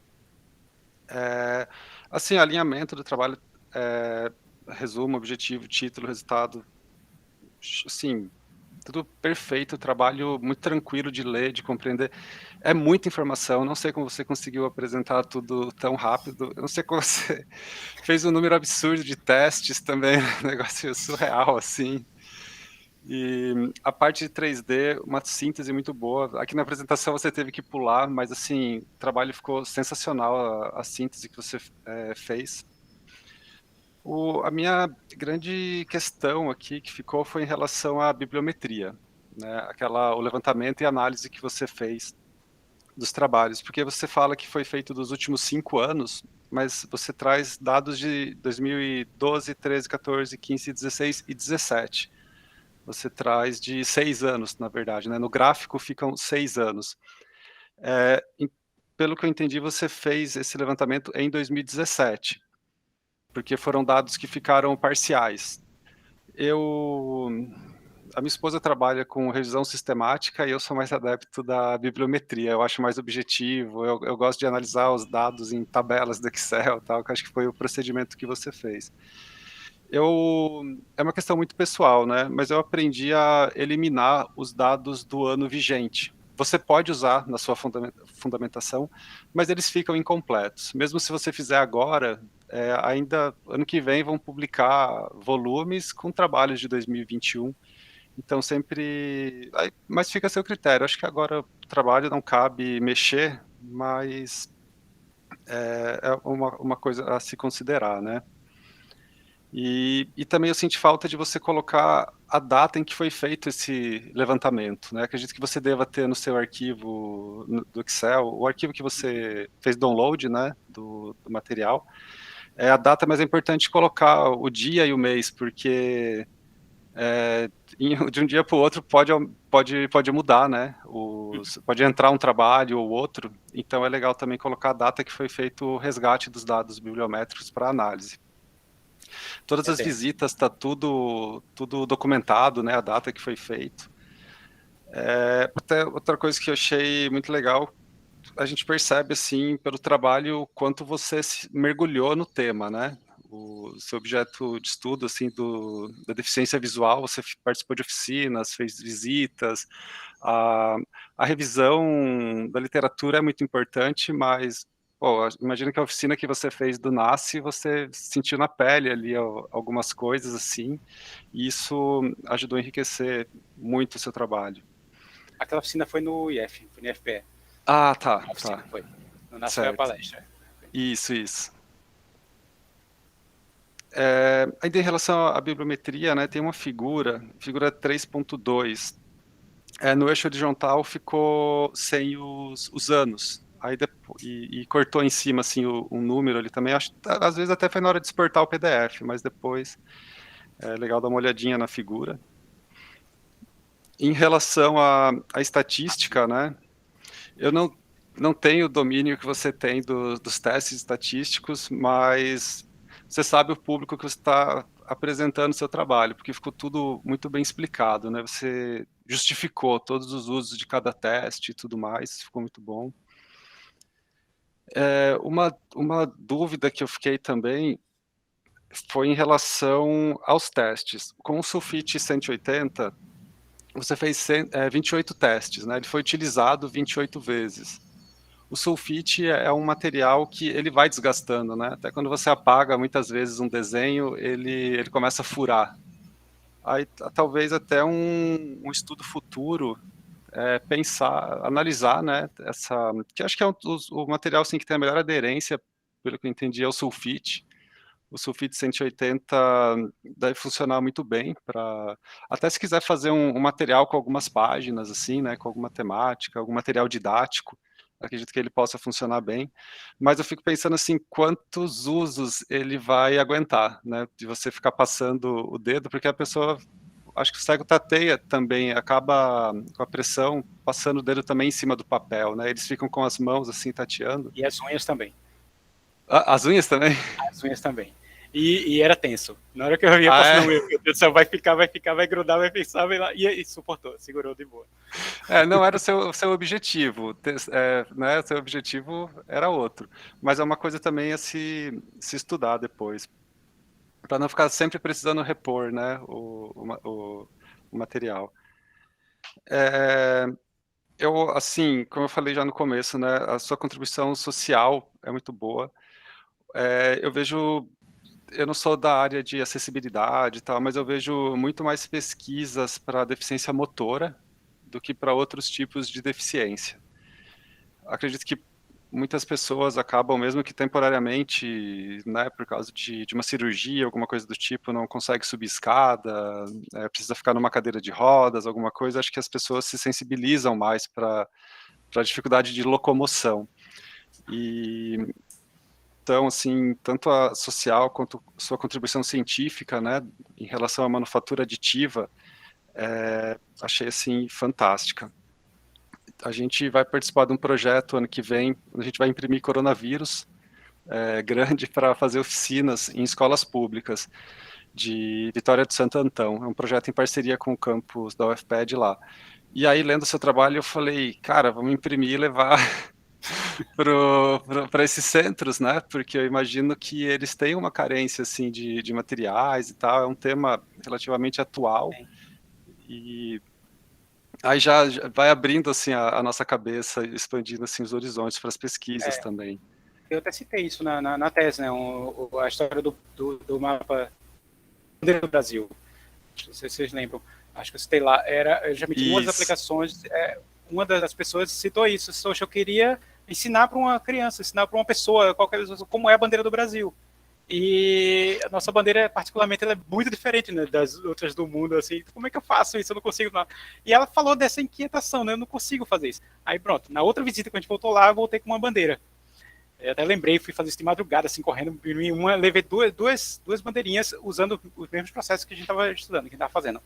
E foi uma alegria enorme, foi assim, cara, é indescritível o que eu vi, assim, e foi o resto da manhã mostrando para todo mundo.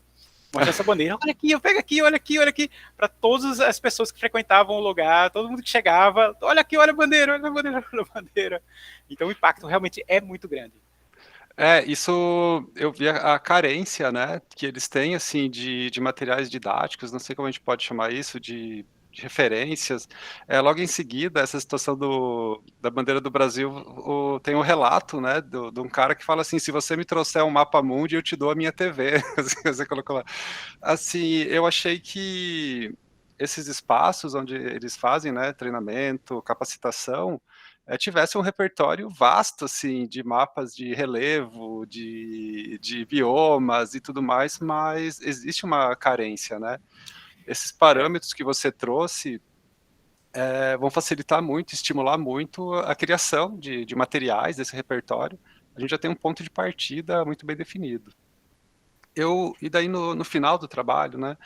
Você tem a figura 4.43, que você apresentou aqui, ela já traz uma acho que é uma grande síntese do seu trabalho essa figura, onde a gente vê ali, de acordo com a largura, a largura e a altura, né, da camada.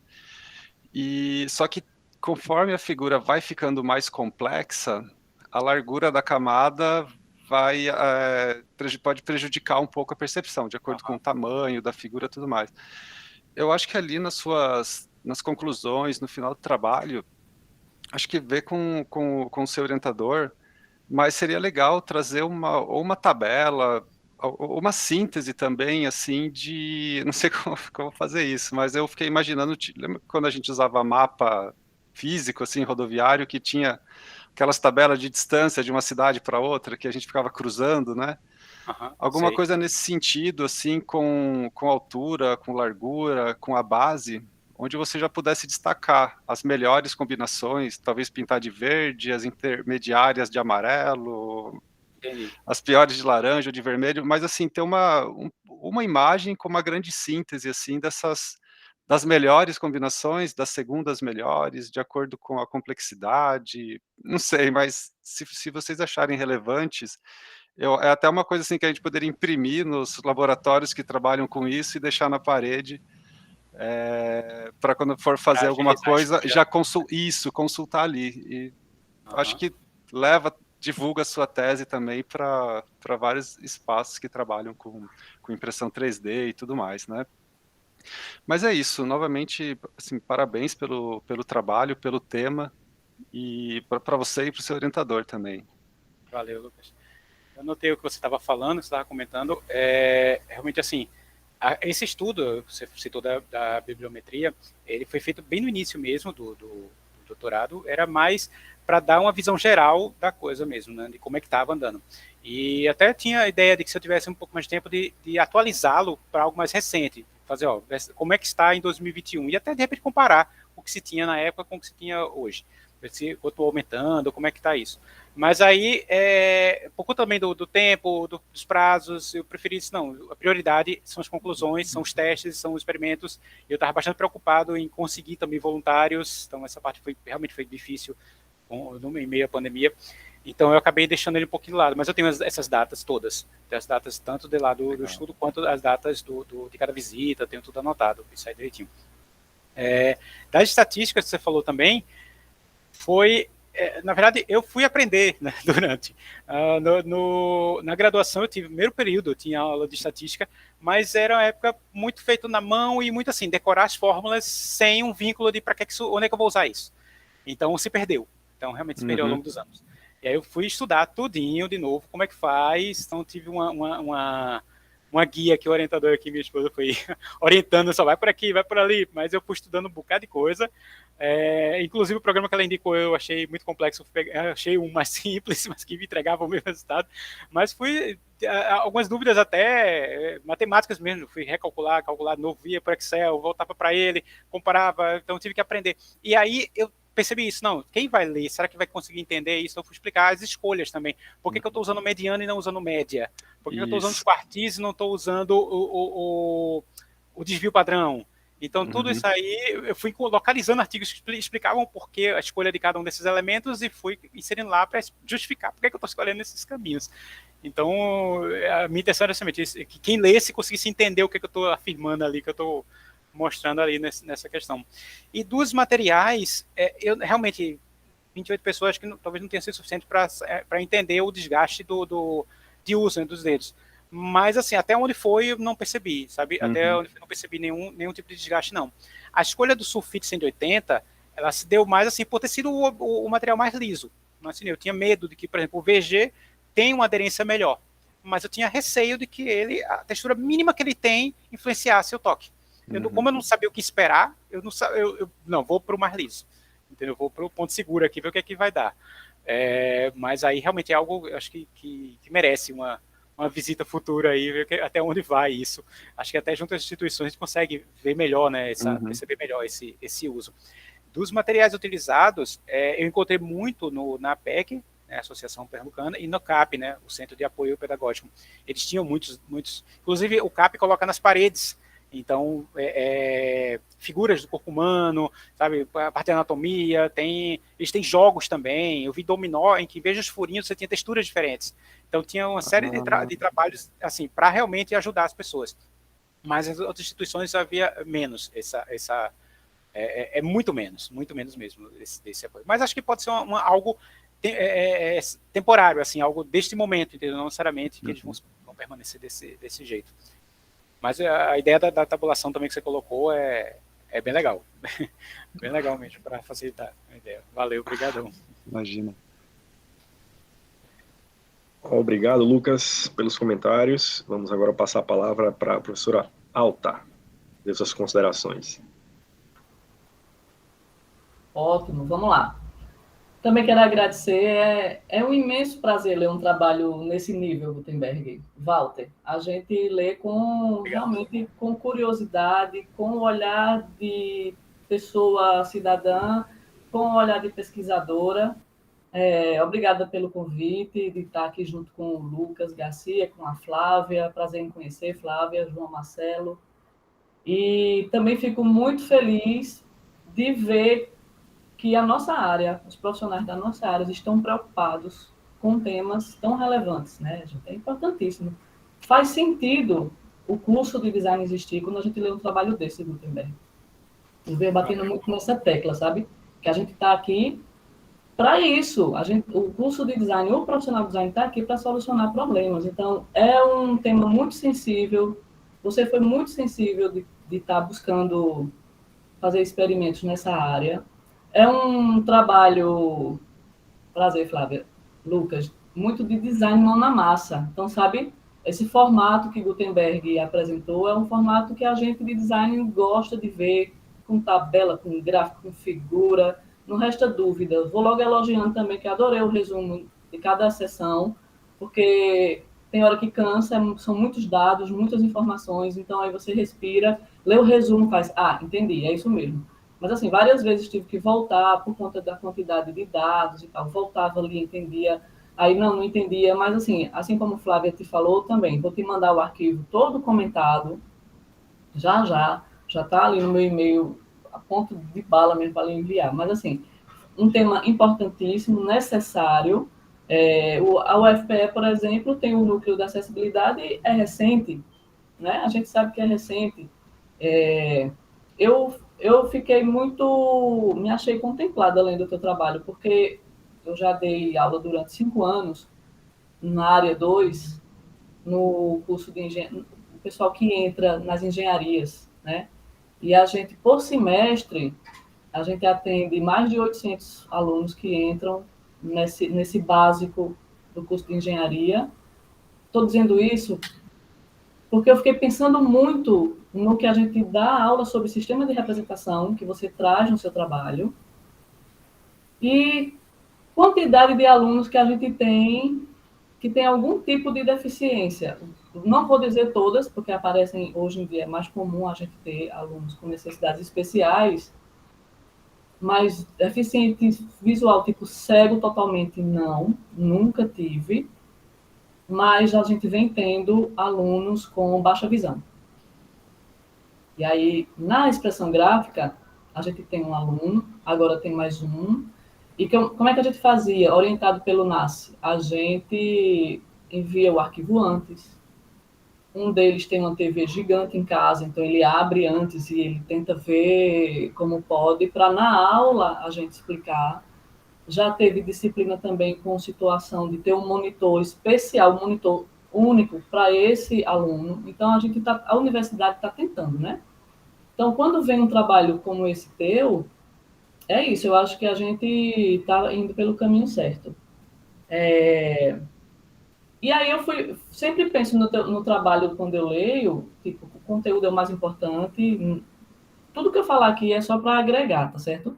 Para ficar mais redondinho, porque a gente sabe que quando a gente se debruça num trabalho desse tão intenso, tão extenso, com tanta pesquisa, tantos voluntários para se analisar, achei o número 28 bom, viu? Você falou assim, eu queria mais, tal, mas eu acho que deu conta, 28 sim. A gente quer aqui contribuir. Então, A escrita é muito boa, assim, a gente lê o trabalho, é muito agradável. Um parágrafo ou outro que não ficava claro, aí eu peço para você rever. Claro que a gente não vai ficar citando isso aqui, que não tem necessidade. Eu não sei se...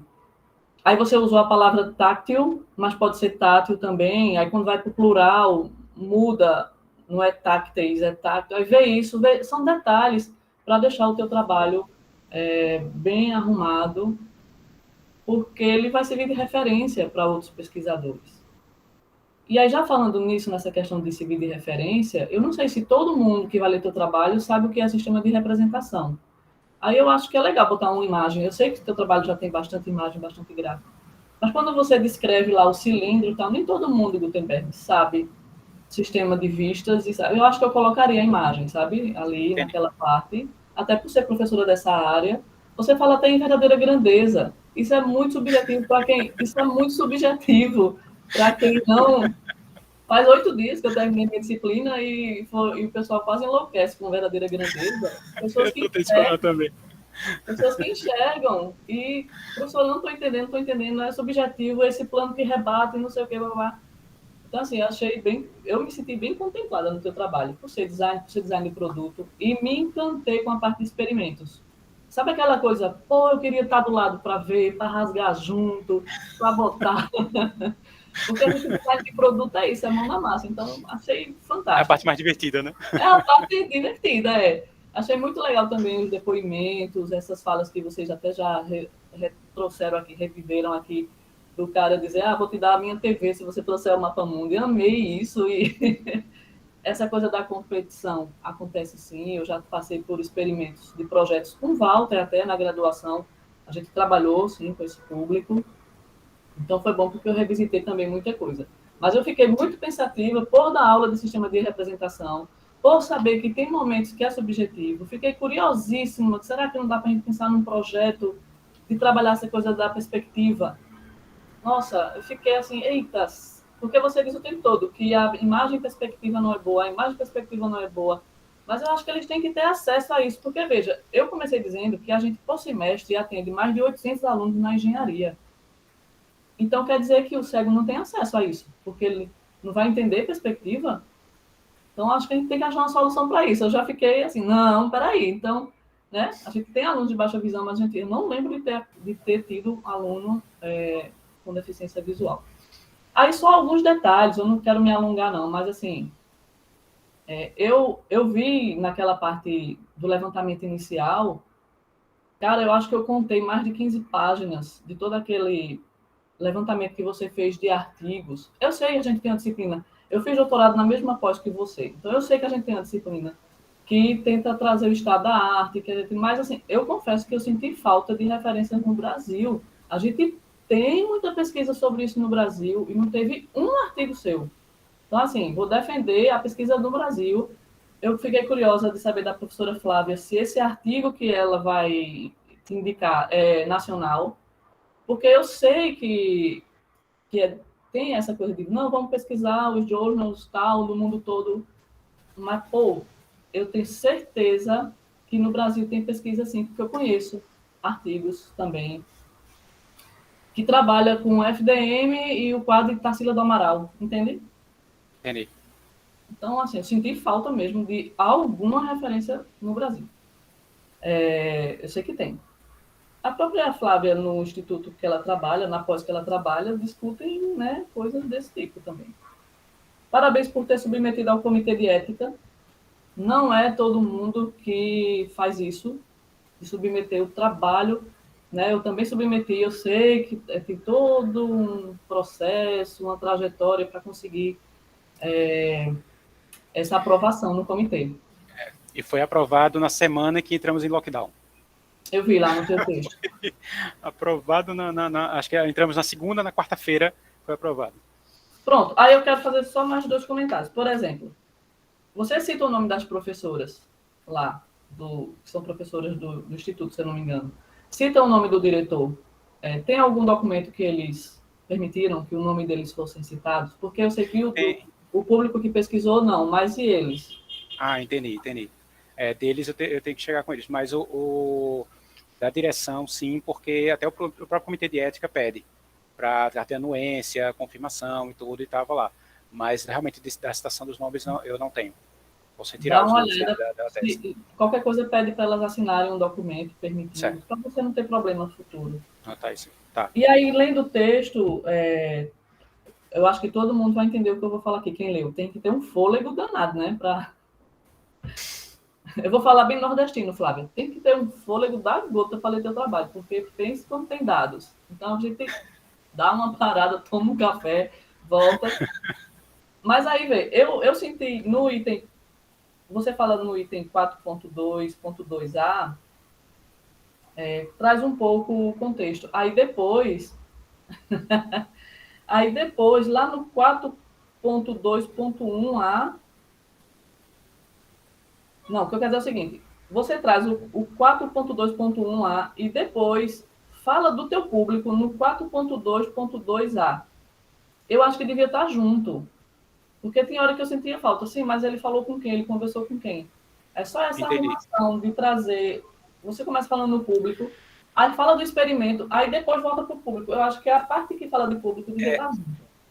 Nesse ponto, é porque é o seguinte, na primeira aparição dele, o 2.1a, é o público-alvo que se destinava, ou seja, eu ainda estava na fase de metodologia. Tá, quem é que eu busco?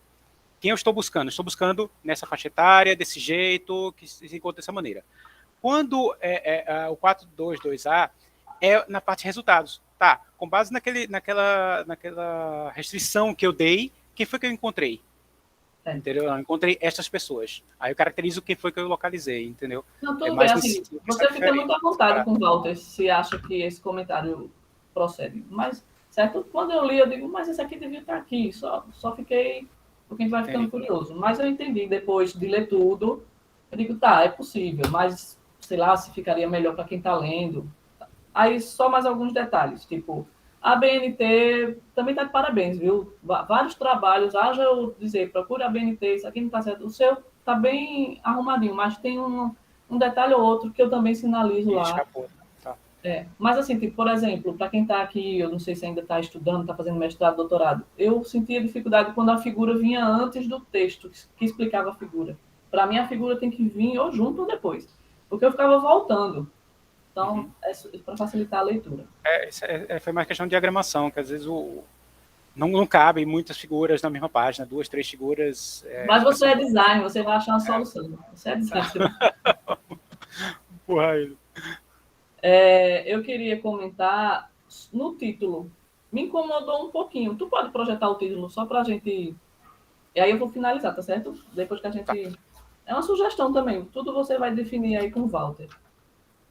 Mas eu aprendi muito, viu? Aprendi muito, li com muito prazer. Obrigado. Deixa eu puxar aqui.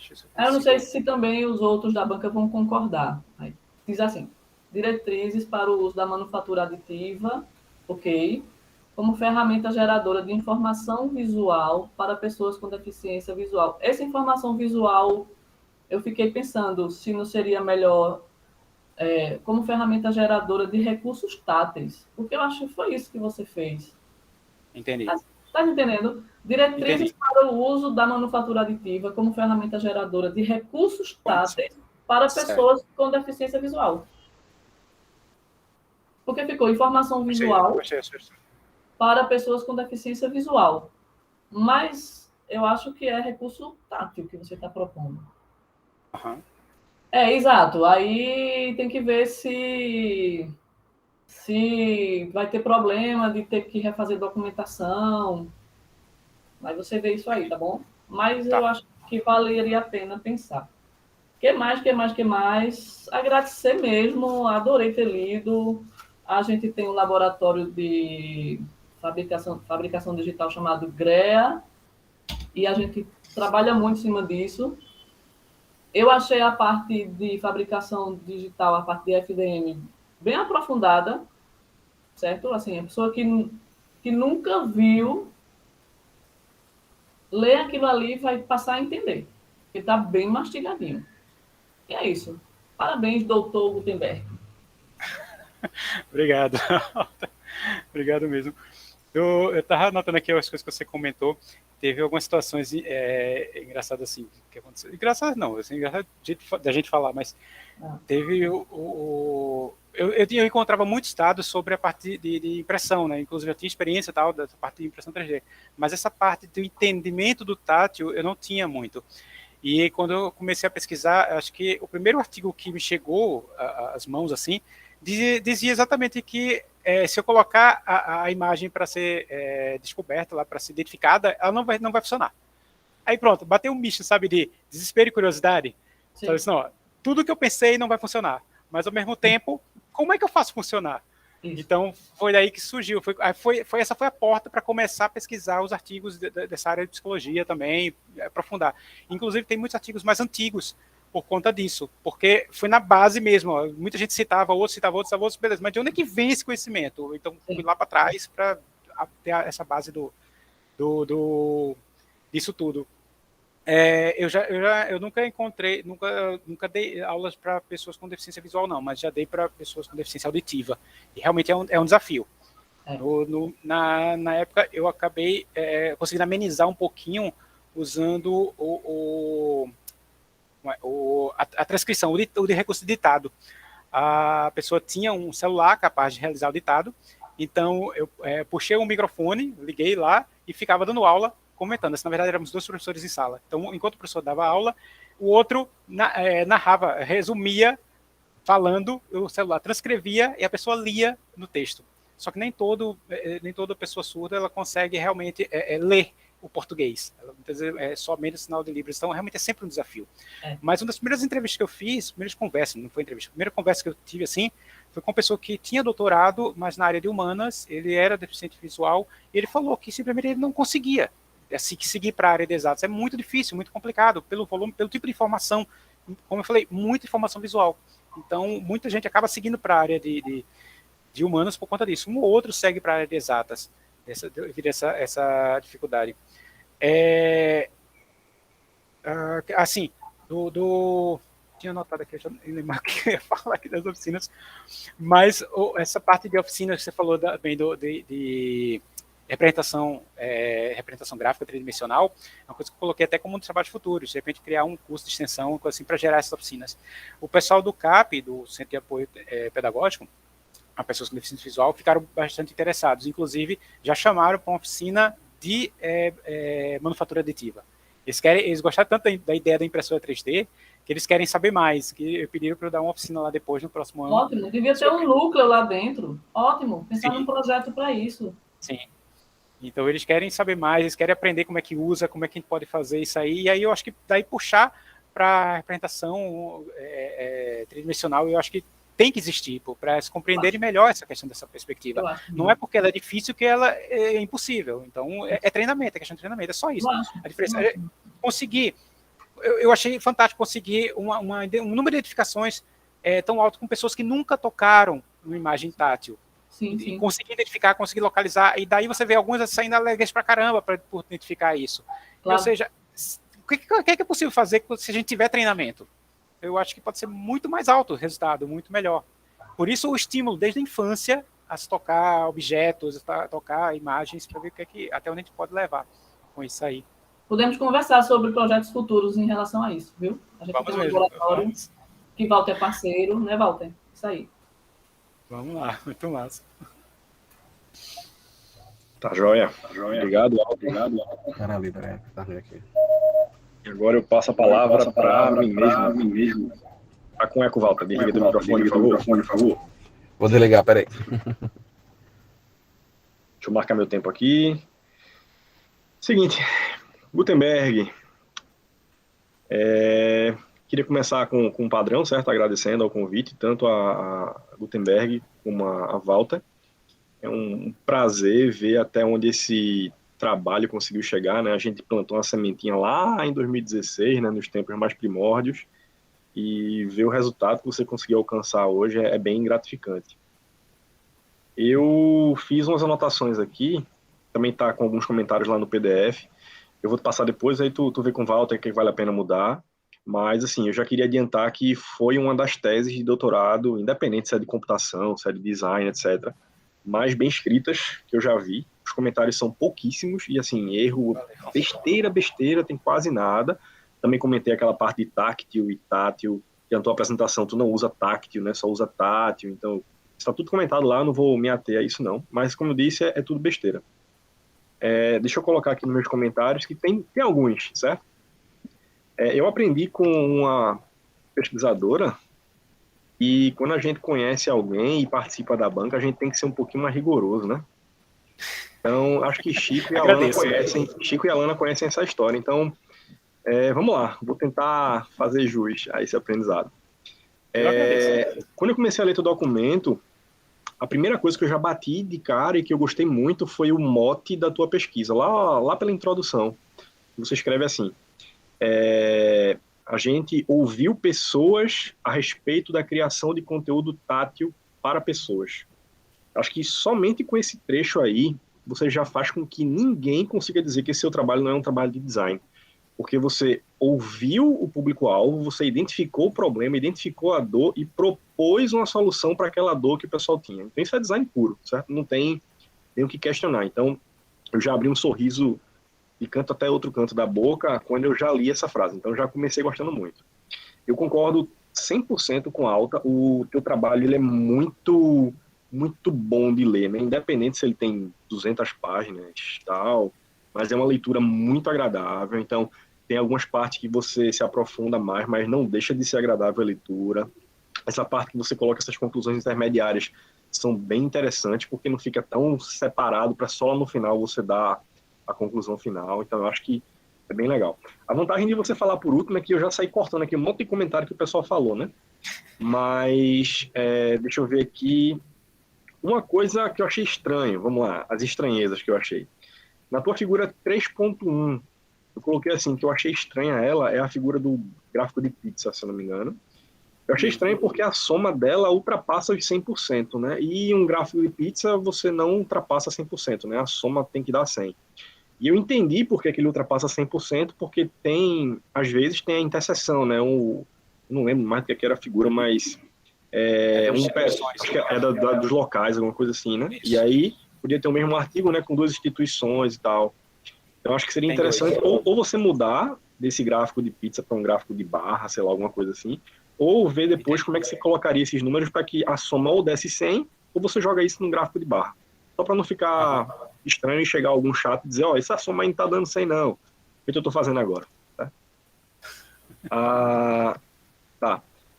Eu também tinha questionado aqui essa coisa da data, né?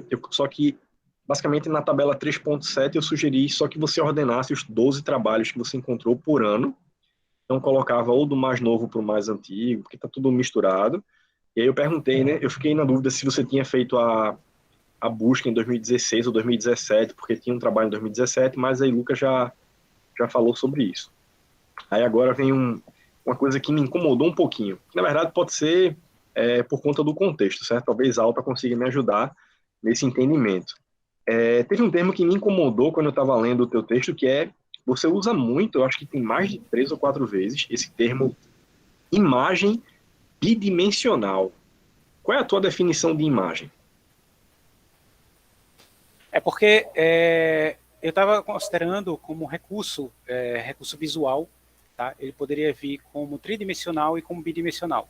Então, uma imagem tridimensional para mim é o objeto em si. Então, a imagem bidimensional, porque quando você fala em impressão 3D, você associa a objetos tridimensionais. Então, eu queria reforçar a ideia, olha, é uma impressão 3D, mas é bidimensional. Assim, ela não se destaca, apesar de ela ter um relevo, uma altura, ela não tem diferenciação nas linhas durante essa altura. É só uma extrusão simples. Tá? Então, é por isso que eu estou chamando esse tipo de desenho como imagem bidimensional. E a figura, realmente, como objeto, como uma figura tridimensional. Então, imagem, nesse ponto, entra como sinônimo de figura. Então, figura tridimensional, figura bidimensional. Tá. É nesse sentido. Agora, como é que seria essa figura tridimensional? Que eu também fiquei com dúvida agora. Seria o objeto, propriamente dito. Ou uma representação gráfica visual desse objeto. Tá. Entendi. Então, por exemplo, eu tenho aquele exemplo, tem o Sol. O Sol pode ter uma representação bidimensional, aquele círculo com linhas, porque o Sol é uma esfera, mas ali você tem um círculo. Então, representação bidimensional. Como você pode ter o Sol esfera. Então, representação tridimensional, uma figura tridimensional. Mas nenhum dos dois é o Sol. Ah, Nenhum entendi dos dois agora. é o sol Então, propriamente dito. então esse Entendeu? bidimensional que você coloca em imagem se refere ao conteúdo que está aparecendo ali dentro, né? Se você está Isso, desenhando ele de forma 3D ou 2D dentro daquele plano da imagem. isso. Ah, Isso. perfeito, perfeito. Pronto. Eu acho que João, vale a pena. Oi, licença, tu acha que vale a pena uma nota de rodapé explicando isso? eu acho. Eu ia dizer isso agora. Eu acho que, assim, só para quem não é de design, né? Por Isso. exemplo, eu trabalho com processamento de imagem, visão computacional. Para mim, imagem sempre é planar, é bidimensional. Aí, tanto que toda vez que eu via uma imagem bidimensional, eu botava redundância como comentário, né? Entendi. Mas agora eu entendi. Aí eu acho que bota só uma notinha de rodapé dizendo, ó, imagem bidimensional está se referindo a isso aqui e já resolve. Perfeito. Certo. Ah, tem uma hora que tu colocou assim no teu texto, meio perfil a 45 graus de altura. O que tu quer dizer com 45 graus de altura? É porque no caso, são duas coordenadas aí. O meio perfil você desloca horizontalmente, certo? E o 45 graus de altura você desloca verticalmente. Então você não tem a peça de frente, se desloca 45 graus, tal. Não, tem uma peça um pouco de lado, virada em 45 graus. Então acaba sendo uma visão, que a gente chama de uma visão quase isométrica, assim, digamos. Então tem esses dois giros. No giro, se eu olhar de cima, eu tenho o giro de meio perfil, para olhar meio do lado, eu tenho o perfil e tenho o meio perfil. E aí, olhando aqui de frente, eu tenho o 45 graus. Eu só achei estranho esse Isso é uma 45 diagonal. graus de altura, porque fica meio que dando a entender que você está usando o grau para medir a altura, né? E aí, dependendo do tamanho do vetor que você está usando, você pode ter 45 graus bem baixinho e 45 graus lá em cima. Aí eu não sei se vale a pena mudar isso aí, mas depois Mas se que a eu ver visão com calma. ortogonal, não importa onde você esteja, você vai ter a mesma representação, ela não vai alterar. Uhum. Ela vai ter a mesma formação. Mas é legal, vou ter aqui para explicar melhor. Talvez Pronto. uma Aí ilustração, né, possa melhorar isso aí, né? isso. Tem umas besteiras que eu anotei aqui, mas aí tu vai ver no PDF, por exemplo, padronizar as fontes das imagens. Às vezes você coloca embaixo da imagem fonte o autor. Às vezes você coloca só a referência. Às vezes você coloca a referência, o nome do autor e o ano. Então, só para dar uma padronizada nisso. Na tua figura 3.2.1, eu perguntei aqui se a cor verde ela tinha alguma função. Muito provavelmente tem, certo? Porque sempre que eu pergunto qualquer coisa para algum designer, alguma coisa que algum designer fez, a pessoa já tem justificativa para tudo que fez. Então, muito provavelmente você pensou em alguma coisa ali, mas o que me deixou na dúvida é que 3.2.1, eu tinha entendido que o verde você estava usando para material de suporte, né?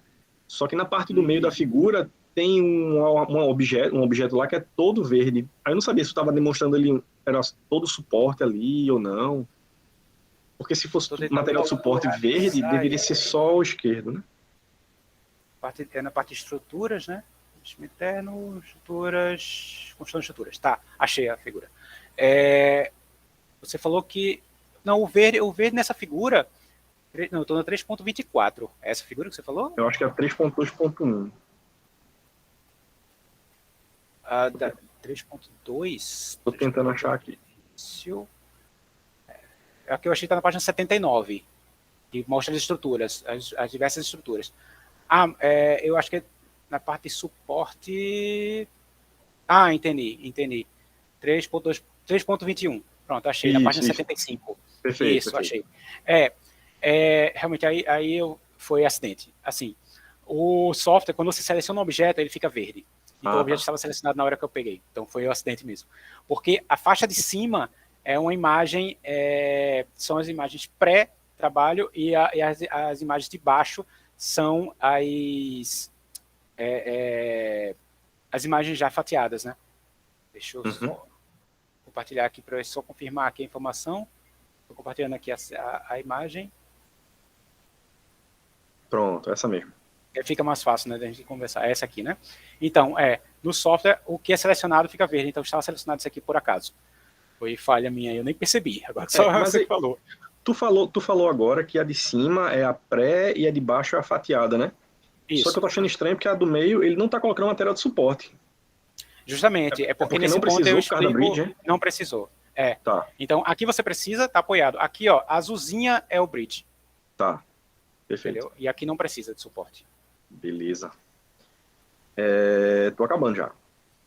Tá. Uma coisa que me deixou bastante curioso quando eu estava lendo os teus experimentos era ter algum link para algum vídeo. Tu chegou a filmar algum experimento que tu fez? Ou o do cilindro que você ficou girando lá o material até soltar? ou com o pessoal lá, com os deficientes visuais e tal? Sim, eu coloquei na apresentação alguns deles. Assim, Eu da vi um que estava impressão, não. passando, né, a mão e tal. Isso. Da apresentação eu não fiz. Aqui, ó, tem um deles aqui. Deixa eu compartilhar de novo aqui. No teu no texto, eu vi que tu colocou até uma figura mostrando, né? O cilindro tá aqui, aí tem uma setinha mostrando que eu girei e tal. Mas se tivesse um vídeo, ia facilitar tanto a pessoa entender como é que foi feito esse teste. Tá aqui. Não, esse aqui é figura. Não, esse aqui é figura. Tá nesse aqui. Eu lembro que teve uma hora um. que. Esse aí, pronto, esse aí eu vi.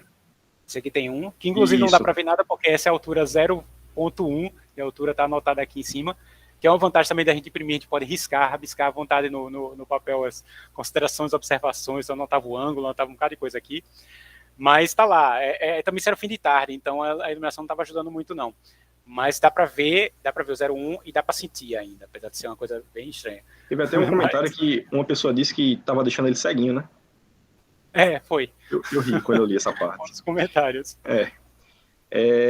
Aproveitando esse que tu falou aí dele ser bem baixinho e tal, eu não lembro de no teu texto tu ter feito alguma referência, alguma comparação com a altura usada em Braille, né, que é de 0.6 a 0.8.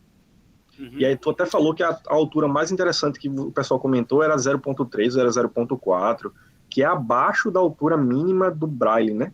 Então, tu teria alguma justificativa para isso? É porque o Braille são os pontinhos separados e o conteúdo que você estava imprimindo já eram linhas, então como é um conteúdo maior, aí não precisa ser tão alto? Não, veja só, eu separei, assim, eu foquei muito realmente em imagens. Eu não pensei no Braille, tá? Não, assim, fiz o recorte mesmo, fiz o foco em imagens, não no Braille. Eu tinha visto as dimensões do Braille, mas elas não foram consideradas. O que determinou foi muito mais a fabricação. Então, a partir do 0.5 a gente já tinha uma falta de aderência muito alta. Então, se eu faço a redução de área, em vez de trabalhar com uma linha, trabalhar com um único ponto, e trabalhar em 0.6, eu teria talvez um desgaste muito maior, eu teria uma perda muito maior de aderência nesse ponto. Então, por isso que eu levei para os testes com usuários apenas até o 0.4. E a partir do 0.5 já começa a variar bastante os resultados. Então, realmente eu não fiz essa associação do Braille com as imagens, mas eu encontrei um artigo em que informava, estou até tentando achar aqui o coisa das alturas. Aqui as alturas. Ó. A partir do 0.5, do 0.6 deve ficar aqui pelo meio, já é algo realmente bem problemático em termos de aderência. Mas, mas eu encontrei alguns artigos em que a alfabetização em Braille não influencia na leitura de imagens também, então manteve mais o recorte. Agora, alguém levantou a mão, eu acho que foi Michele, né? Michele do CAP. Tem alguma contribuição, ela trabalha também diretamente com isso, e é uma pessoa com deficiência visual. Talvez ela tenha alguma coisa para contribuir, ou foi só acidental? Pode ser do acidental. Então, tá, deixa eu... Isso, só tem umas 4 comentários, certo? Rapidinho. Tá. Você fala na parte de granularidade, né, que o tato ele consegue perceber até 6.000 grãos por centímetro quadrado, etc. E aí você fez aquele teste imprimindo diferentes granularidades. Tu chegou a fazer alguma correlação dessa granularidade, desses 6.000 grãos por centímetro quadrado, com os padrões que você mostra na figura, né, que vão ficando cada vez mais densos? Ou não? Não, eu não fiz porque ali é uma situação realmente de extremo. Esses 6.000 grãos é praticamente uma folha lisa. E quando é que ele ganha da visão? É porque a visão é limitada realmente por luz e sombra. Então a inclinação da luz é que vai dar. Na hora que você não ficar essa luz não te ajudar, você não vai conseguir fazer mais. Mas assim, isso é uma situação realmente de extremo. No dia a dia, eu precisava de uma resposta para o que é que eu devo usar para fabricar um material. Eu posso usar esses 6.000 pontos? Então, primeiro, a impressora não vai trabalhar com pontos. Apesar de eu ter visto um artigo muito interessante em que ele alterou a linha, a construção da linha.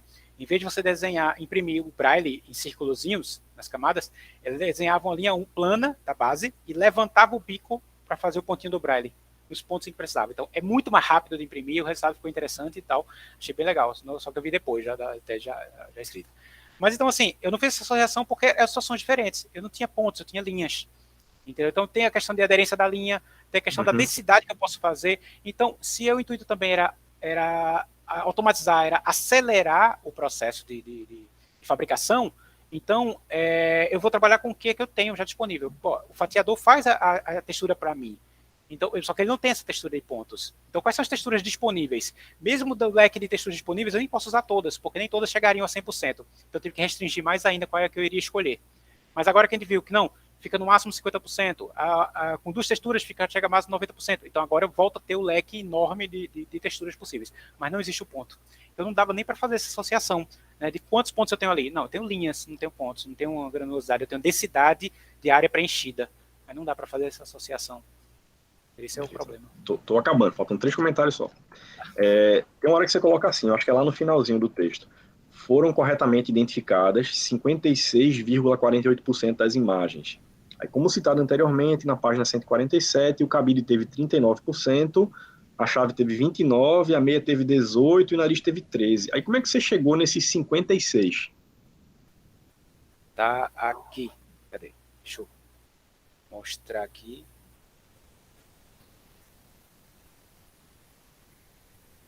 Deixa eu compartilhar com vocês.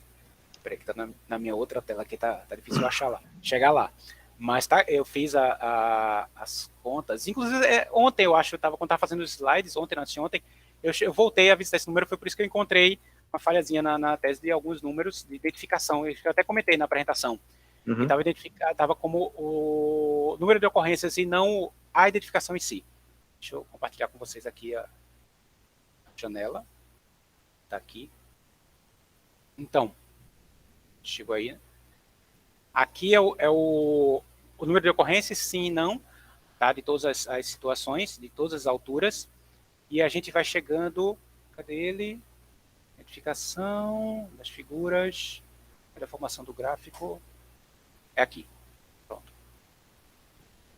Então, aqui o cálculo foi feito justamente pelo número de identificações, número de vezes em que ela não foi identificada nenhuma vez, foi identificada apenas uma cópia e 2 cópias.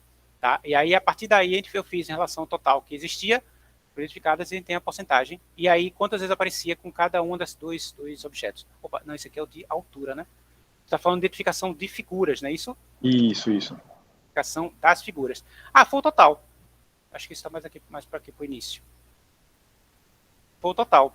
O total de figuras que eu tinha. Então, 8 figuras por pessoa que respondeu, dividido pelo número de figuras que foram corretamente identificadas. Então, a gente tem aqui o tempo de identificação, aqui a soma das identificações. Então, quantas identificações foram feitas? De 0 a 8. Entendeu? Eu somo isso aqui pelo número total que eu tinha disponível. Basicamente é isso. Então, depois tu dá uma checada. Pronto, eu vou checar o valor, mas eu tinha 8 por pessoas. Então foram 27 pessoas, vezes 8 por cada um número de pessoas, e se das 8 ele identificou 4, identificou 2, aí eu fazia essa porcentagem, entendeu? Depois somando do total, do grupo inteiro, não individualmente. Porque como tu colocou as porcentagens dos outros 3 bem abaixo desse 56,48, aí, na verdade, todos estão abaixo do 56,48. Você falou dos objetos. Isso. Em relação aos objetos. Eu acho que eu tenho isso aqui. Aí depois tu dá uma olhada, só para conferir. Não, eu tenho isso aqui, eu fiz esse cálculo várias vezes, eu tenho essa separação por objeto. Isso aí eu realmente fiz essa... O problema agora é localizar ele nesse mar de números aqui. Tranquilo. Mas eu achei eu disse que eu tinha mais 2 comentários, eu menti. Eu tenho um comentário e um pedido, certo? O meu próximo comentário é o seguinte, eu acho que tu misturou um pouquinho a tua sessão de contribuições com a tua sessão de trabalhos futuros. Geralmente em contribuição você coloca o que você já fez, né? Aí logo no início da tua sessão de contribuições tu diz, eu quero fazer isso aqui, eu quero tal. Isso aí tu bota como trabalho futuro. Tanto que eu acho que na tua apresentação tu colocou coisa que estava na tua sessão de contribuições na parte de coisas futuras. Mas isso é só você ajustar. E o pedido que eu queria fazer é, por favor, publique no Assets. Eu acho que agora você tem um trabalho bom o suficiente, inclusive com testes, com pessoas, com o comitê de ética, com tudo, que você consegue tranquilamente uma publicação no Assets, certo? Parabéns, eu acho que o trabalho está sensacional. Eu me esforcei bastante para tentar encontrar alguma coisa aqui que eu pudesse contribuir, mas eu acho que não é novidade para ninguém. Você é a pessoa que eu conheço que é o mais especialista em impressão 3D que eu conheço, que eu já tive contato. E é fantástico saber que você está usando esse seu conhecimento em impressão 3D para resolver problemas reais, né, de pessoas. E aí você trabalhou com impressão 3D na pandemia para fazer face shield. Inclusive você coloca isso tão sutil lá no texto e bota só a referência lá de Barros 2020 que, peraí, que publicação é essa? Aí quando eu fui ver, eu disse, isso aqui foram os face shields que ele tinha otimizado para conseguir fazer mais, distribuir para o pessoal na pandemia e tal. Assim, eu acho que às vezes você até é bem tímido quando você vai vender o seu peixe, certo? Tem muita coisa que você gerou nesse doutorado, mas assim, eu não tenho mais o que falar não, você está de parabéns e vamos lá. Pessoal da banca, vocês têm mais alguma outra consideração a fazer? Ou a gente pode entrar na fase de deliberação, não sei se Walter quer falar alguma coisa agora. Eu tenho. Opa, à vontade. Só para aproveitar a sua fala, professor João Marcelo, tese, que foi uma tese de pesquisa experimental, eu coloquei a validade social. O que seria isso? Tirar a visão do pesquisador e considerar também a visão de outras pessoas em relação aos benefícios da sua tese, entendeu? Isso, nas pesquisas experimentais, é muito valorizado. E eu considero que também bem interessante colocar na sua, se for possível, se ainda tiver tempo. Na verdade, considerar a opinião dos participantes da sua pesquisa, né? O que foi benéfico para eles, quais foram as contribuições, e também, sim, se puder, algum professor dos institutos lá desses participantes, né, seria bem interessante. Seria via entrevista com os voluntários? Coisa simples mesmo, só que você coloca como um tópico lá na sua tese, validade social. Né? Aí, o que a pessoa achou, por exemplo, a professora de um dos seus participantes, o que ela considerou em relação aos experimentos que você fez? É uma pessoa externa da sua tese, né? Não é a sua visão como pesquisador. O que o participante achou? O que um outro professor achou, entendeu? Eu acho que, de certa forma, ele já colocou isso lá em algum tópico, né? Que ele colocou uns comentários que o pessoal fez. Aí, no caso, seria mais formalizar isso, né? Colocar nessa sessão específica. Acho que é bem interessante. Mas é aquele tópico, então, das reações das pessoas na tese? Não, seria mais uma coisa mais formal, né? Perguntando o que elas acharam, o que elas acham do potencial, digamos assim, tudo isso. Ou do efeito que causou nelas, então. Isso, as contribuições. O que trouxe de contribuição para ela? O que o professor dessa pessoa viu como contribuição para ele, sei lá, utilizar depois numa aula com outras pessoas? Enfim, o que ele achou? Ele utilizaria isso depois? Isso é o que se chama na pesquisa experimental de validade social. Certo. Mais algum comentário, pessoal? Diga lá, Walter. Walter tá... Na verdade, só agradecer aí pela Gutenberg aí, pela confiança, né? Foi um trabalho longo aí. E obviamente a pandemia atrapalhou muita coisa, né? Aqui hoje eu digo que eu distribuo cesta de Natal, né? Que eu não consegui distribuir semana passada, estou andando de carro distribuindo cesta em vários locais. Estou indo na Federal agora, que eu sempre deixo lá todo ano pro pessoal. Por isso eu estou rodando, né? Estou dentro do carro, eu parei na casa da minha mãe agora para deixar a cesta de Natal também aqui. Mas parabéns, Gutenberg, eu queria dizer a você, o trabalho está, de fato, na minha opinião, digno de uma tese de doutorado e totalmente dentro da área de design, tá? Então, eu lembro do mestrado, aquela colocação que o Fábio tinha feito, então, sempre tem essa preocupação, tá? Mesmo que o Fábio não está na banca aí, mas ele fez questão de pegar pessoas da banca que tivessem, de fato, uma aderência em relação ao tema, né? Tanto pela parte de pessoal de deficiência visual, a parte tanto metodologia, nesse espectro aí relacionado com deficiência, né? Que obviamente é alta aí, e Letícia nesse processo como um todo, e o Lucas, que entende bastante design e tem o pé lá também na expressão gráfica, né? Então, acho que isso uniu bastante, né? Eu sempre digo, eu acho que uma banca ela tem que ser idônea e tem que ser incontestável, né? Eu acho que é o teu caso aqui, Gutenberg. Eu acho que essa tá aí. A Letícia, ela se sente muitíssimo com mandou uma mensagem para mim agora, acabou de acordar agora, ela está realmente positivada com a influência, como a gente falou, tá? Aí mandei as considerações, eu mandei inclusive o presidente da banca, já para o João Marcelo aí, falar minha consideração aí. Só agradecer mesmo a todos aí por terem atendido a esse convite em pleno fim de ano aí, recesso quase, tá? E Gutenberg, parabéns aí mais uma vez, viu? Na minha opinião, você tem uma Valeu, tese de Walter. doutorado, tá? E eu agradeço também, Walter, por você ter defendido também. Obrigado por essa tese lá dentro, junto de todas as oportunidades que teve. Então, valeu mesmo pela orientação, pelo guia, pelas todas as ajudas. Muito bom. Então vamos agora fazer a parte de deliberação, certo? Eu mandei no chat, pessoal, o link para a gente começar rapidinho. Então a gente pode ir para lá rapidinho. É bom parar de Deixa o gravar pessoal também. aqui. Parar de gravar Isso. também. A gente vai para lá rapidinho, daqui a pouco a gente volta, beleza? Só o pessoal da banca. Beleza. Bom, É bom parar de Aí, gravar, sim. se não tem. Tá, deixa eu parar agora.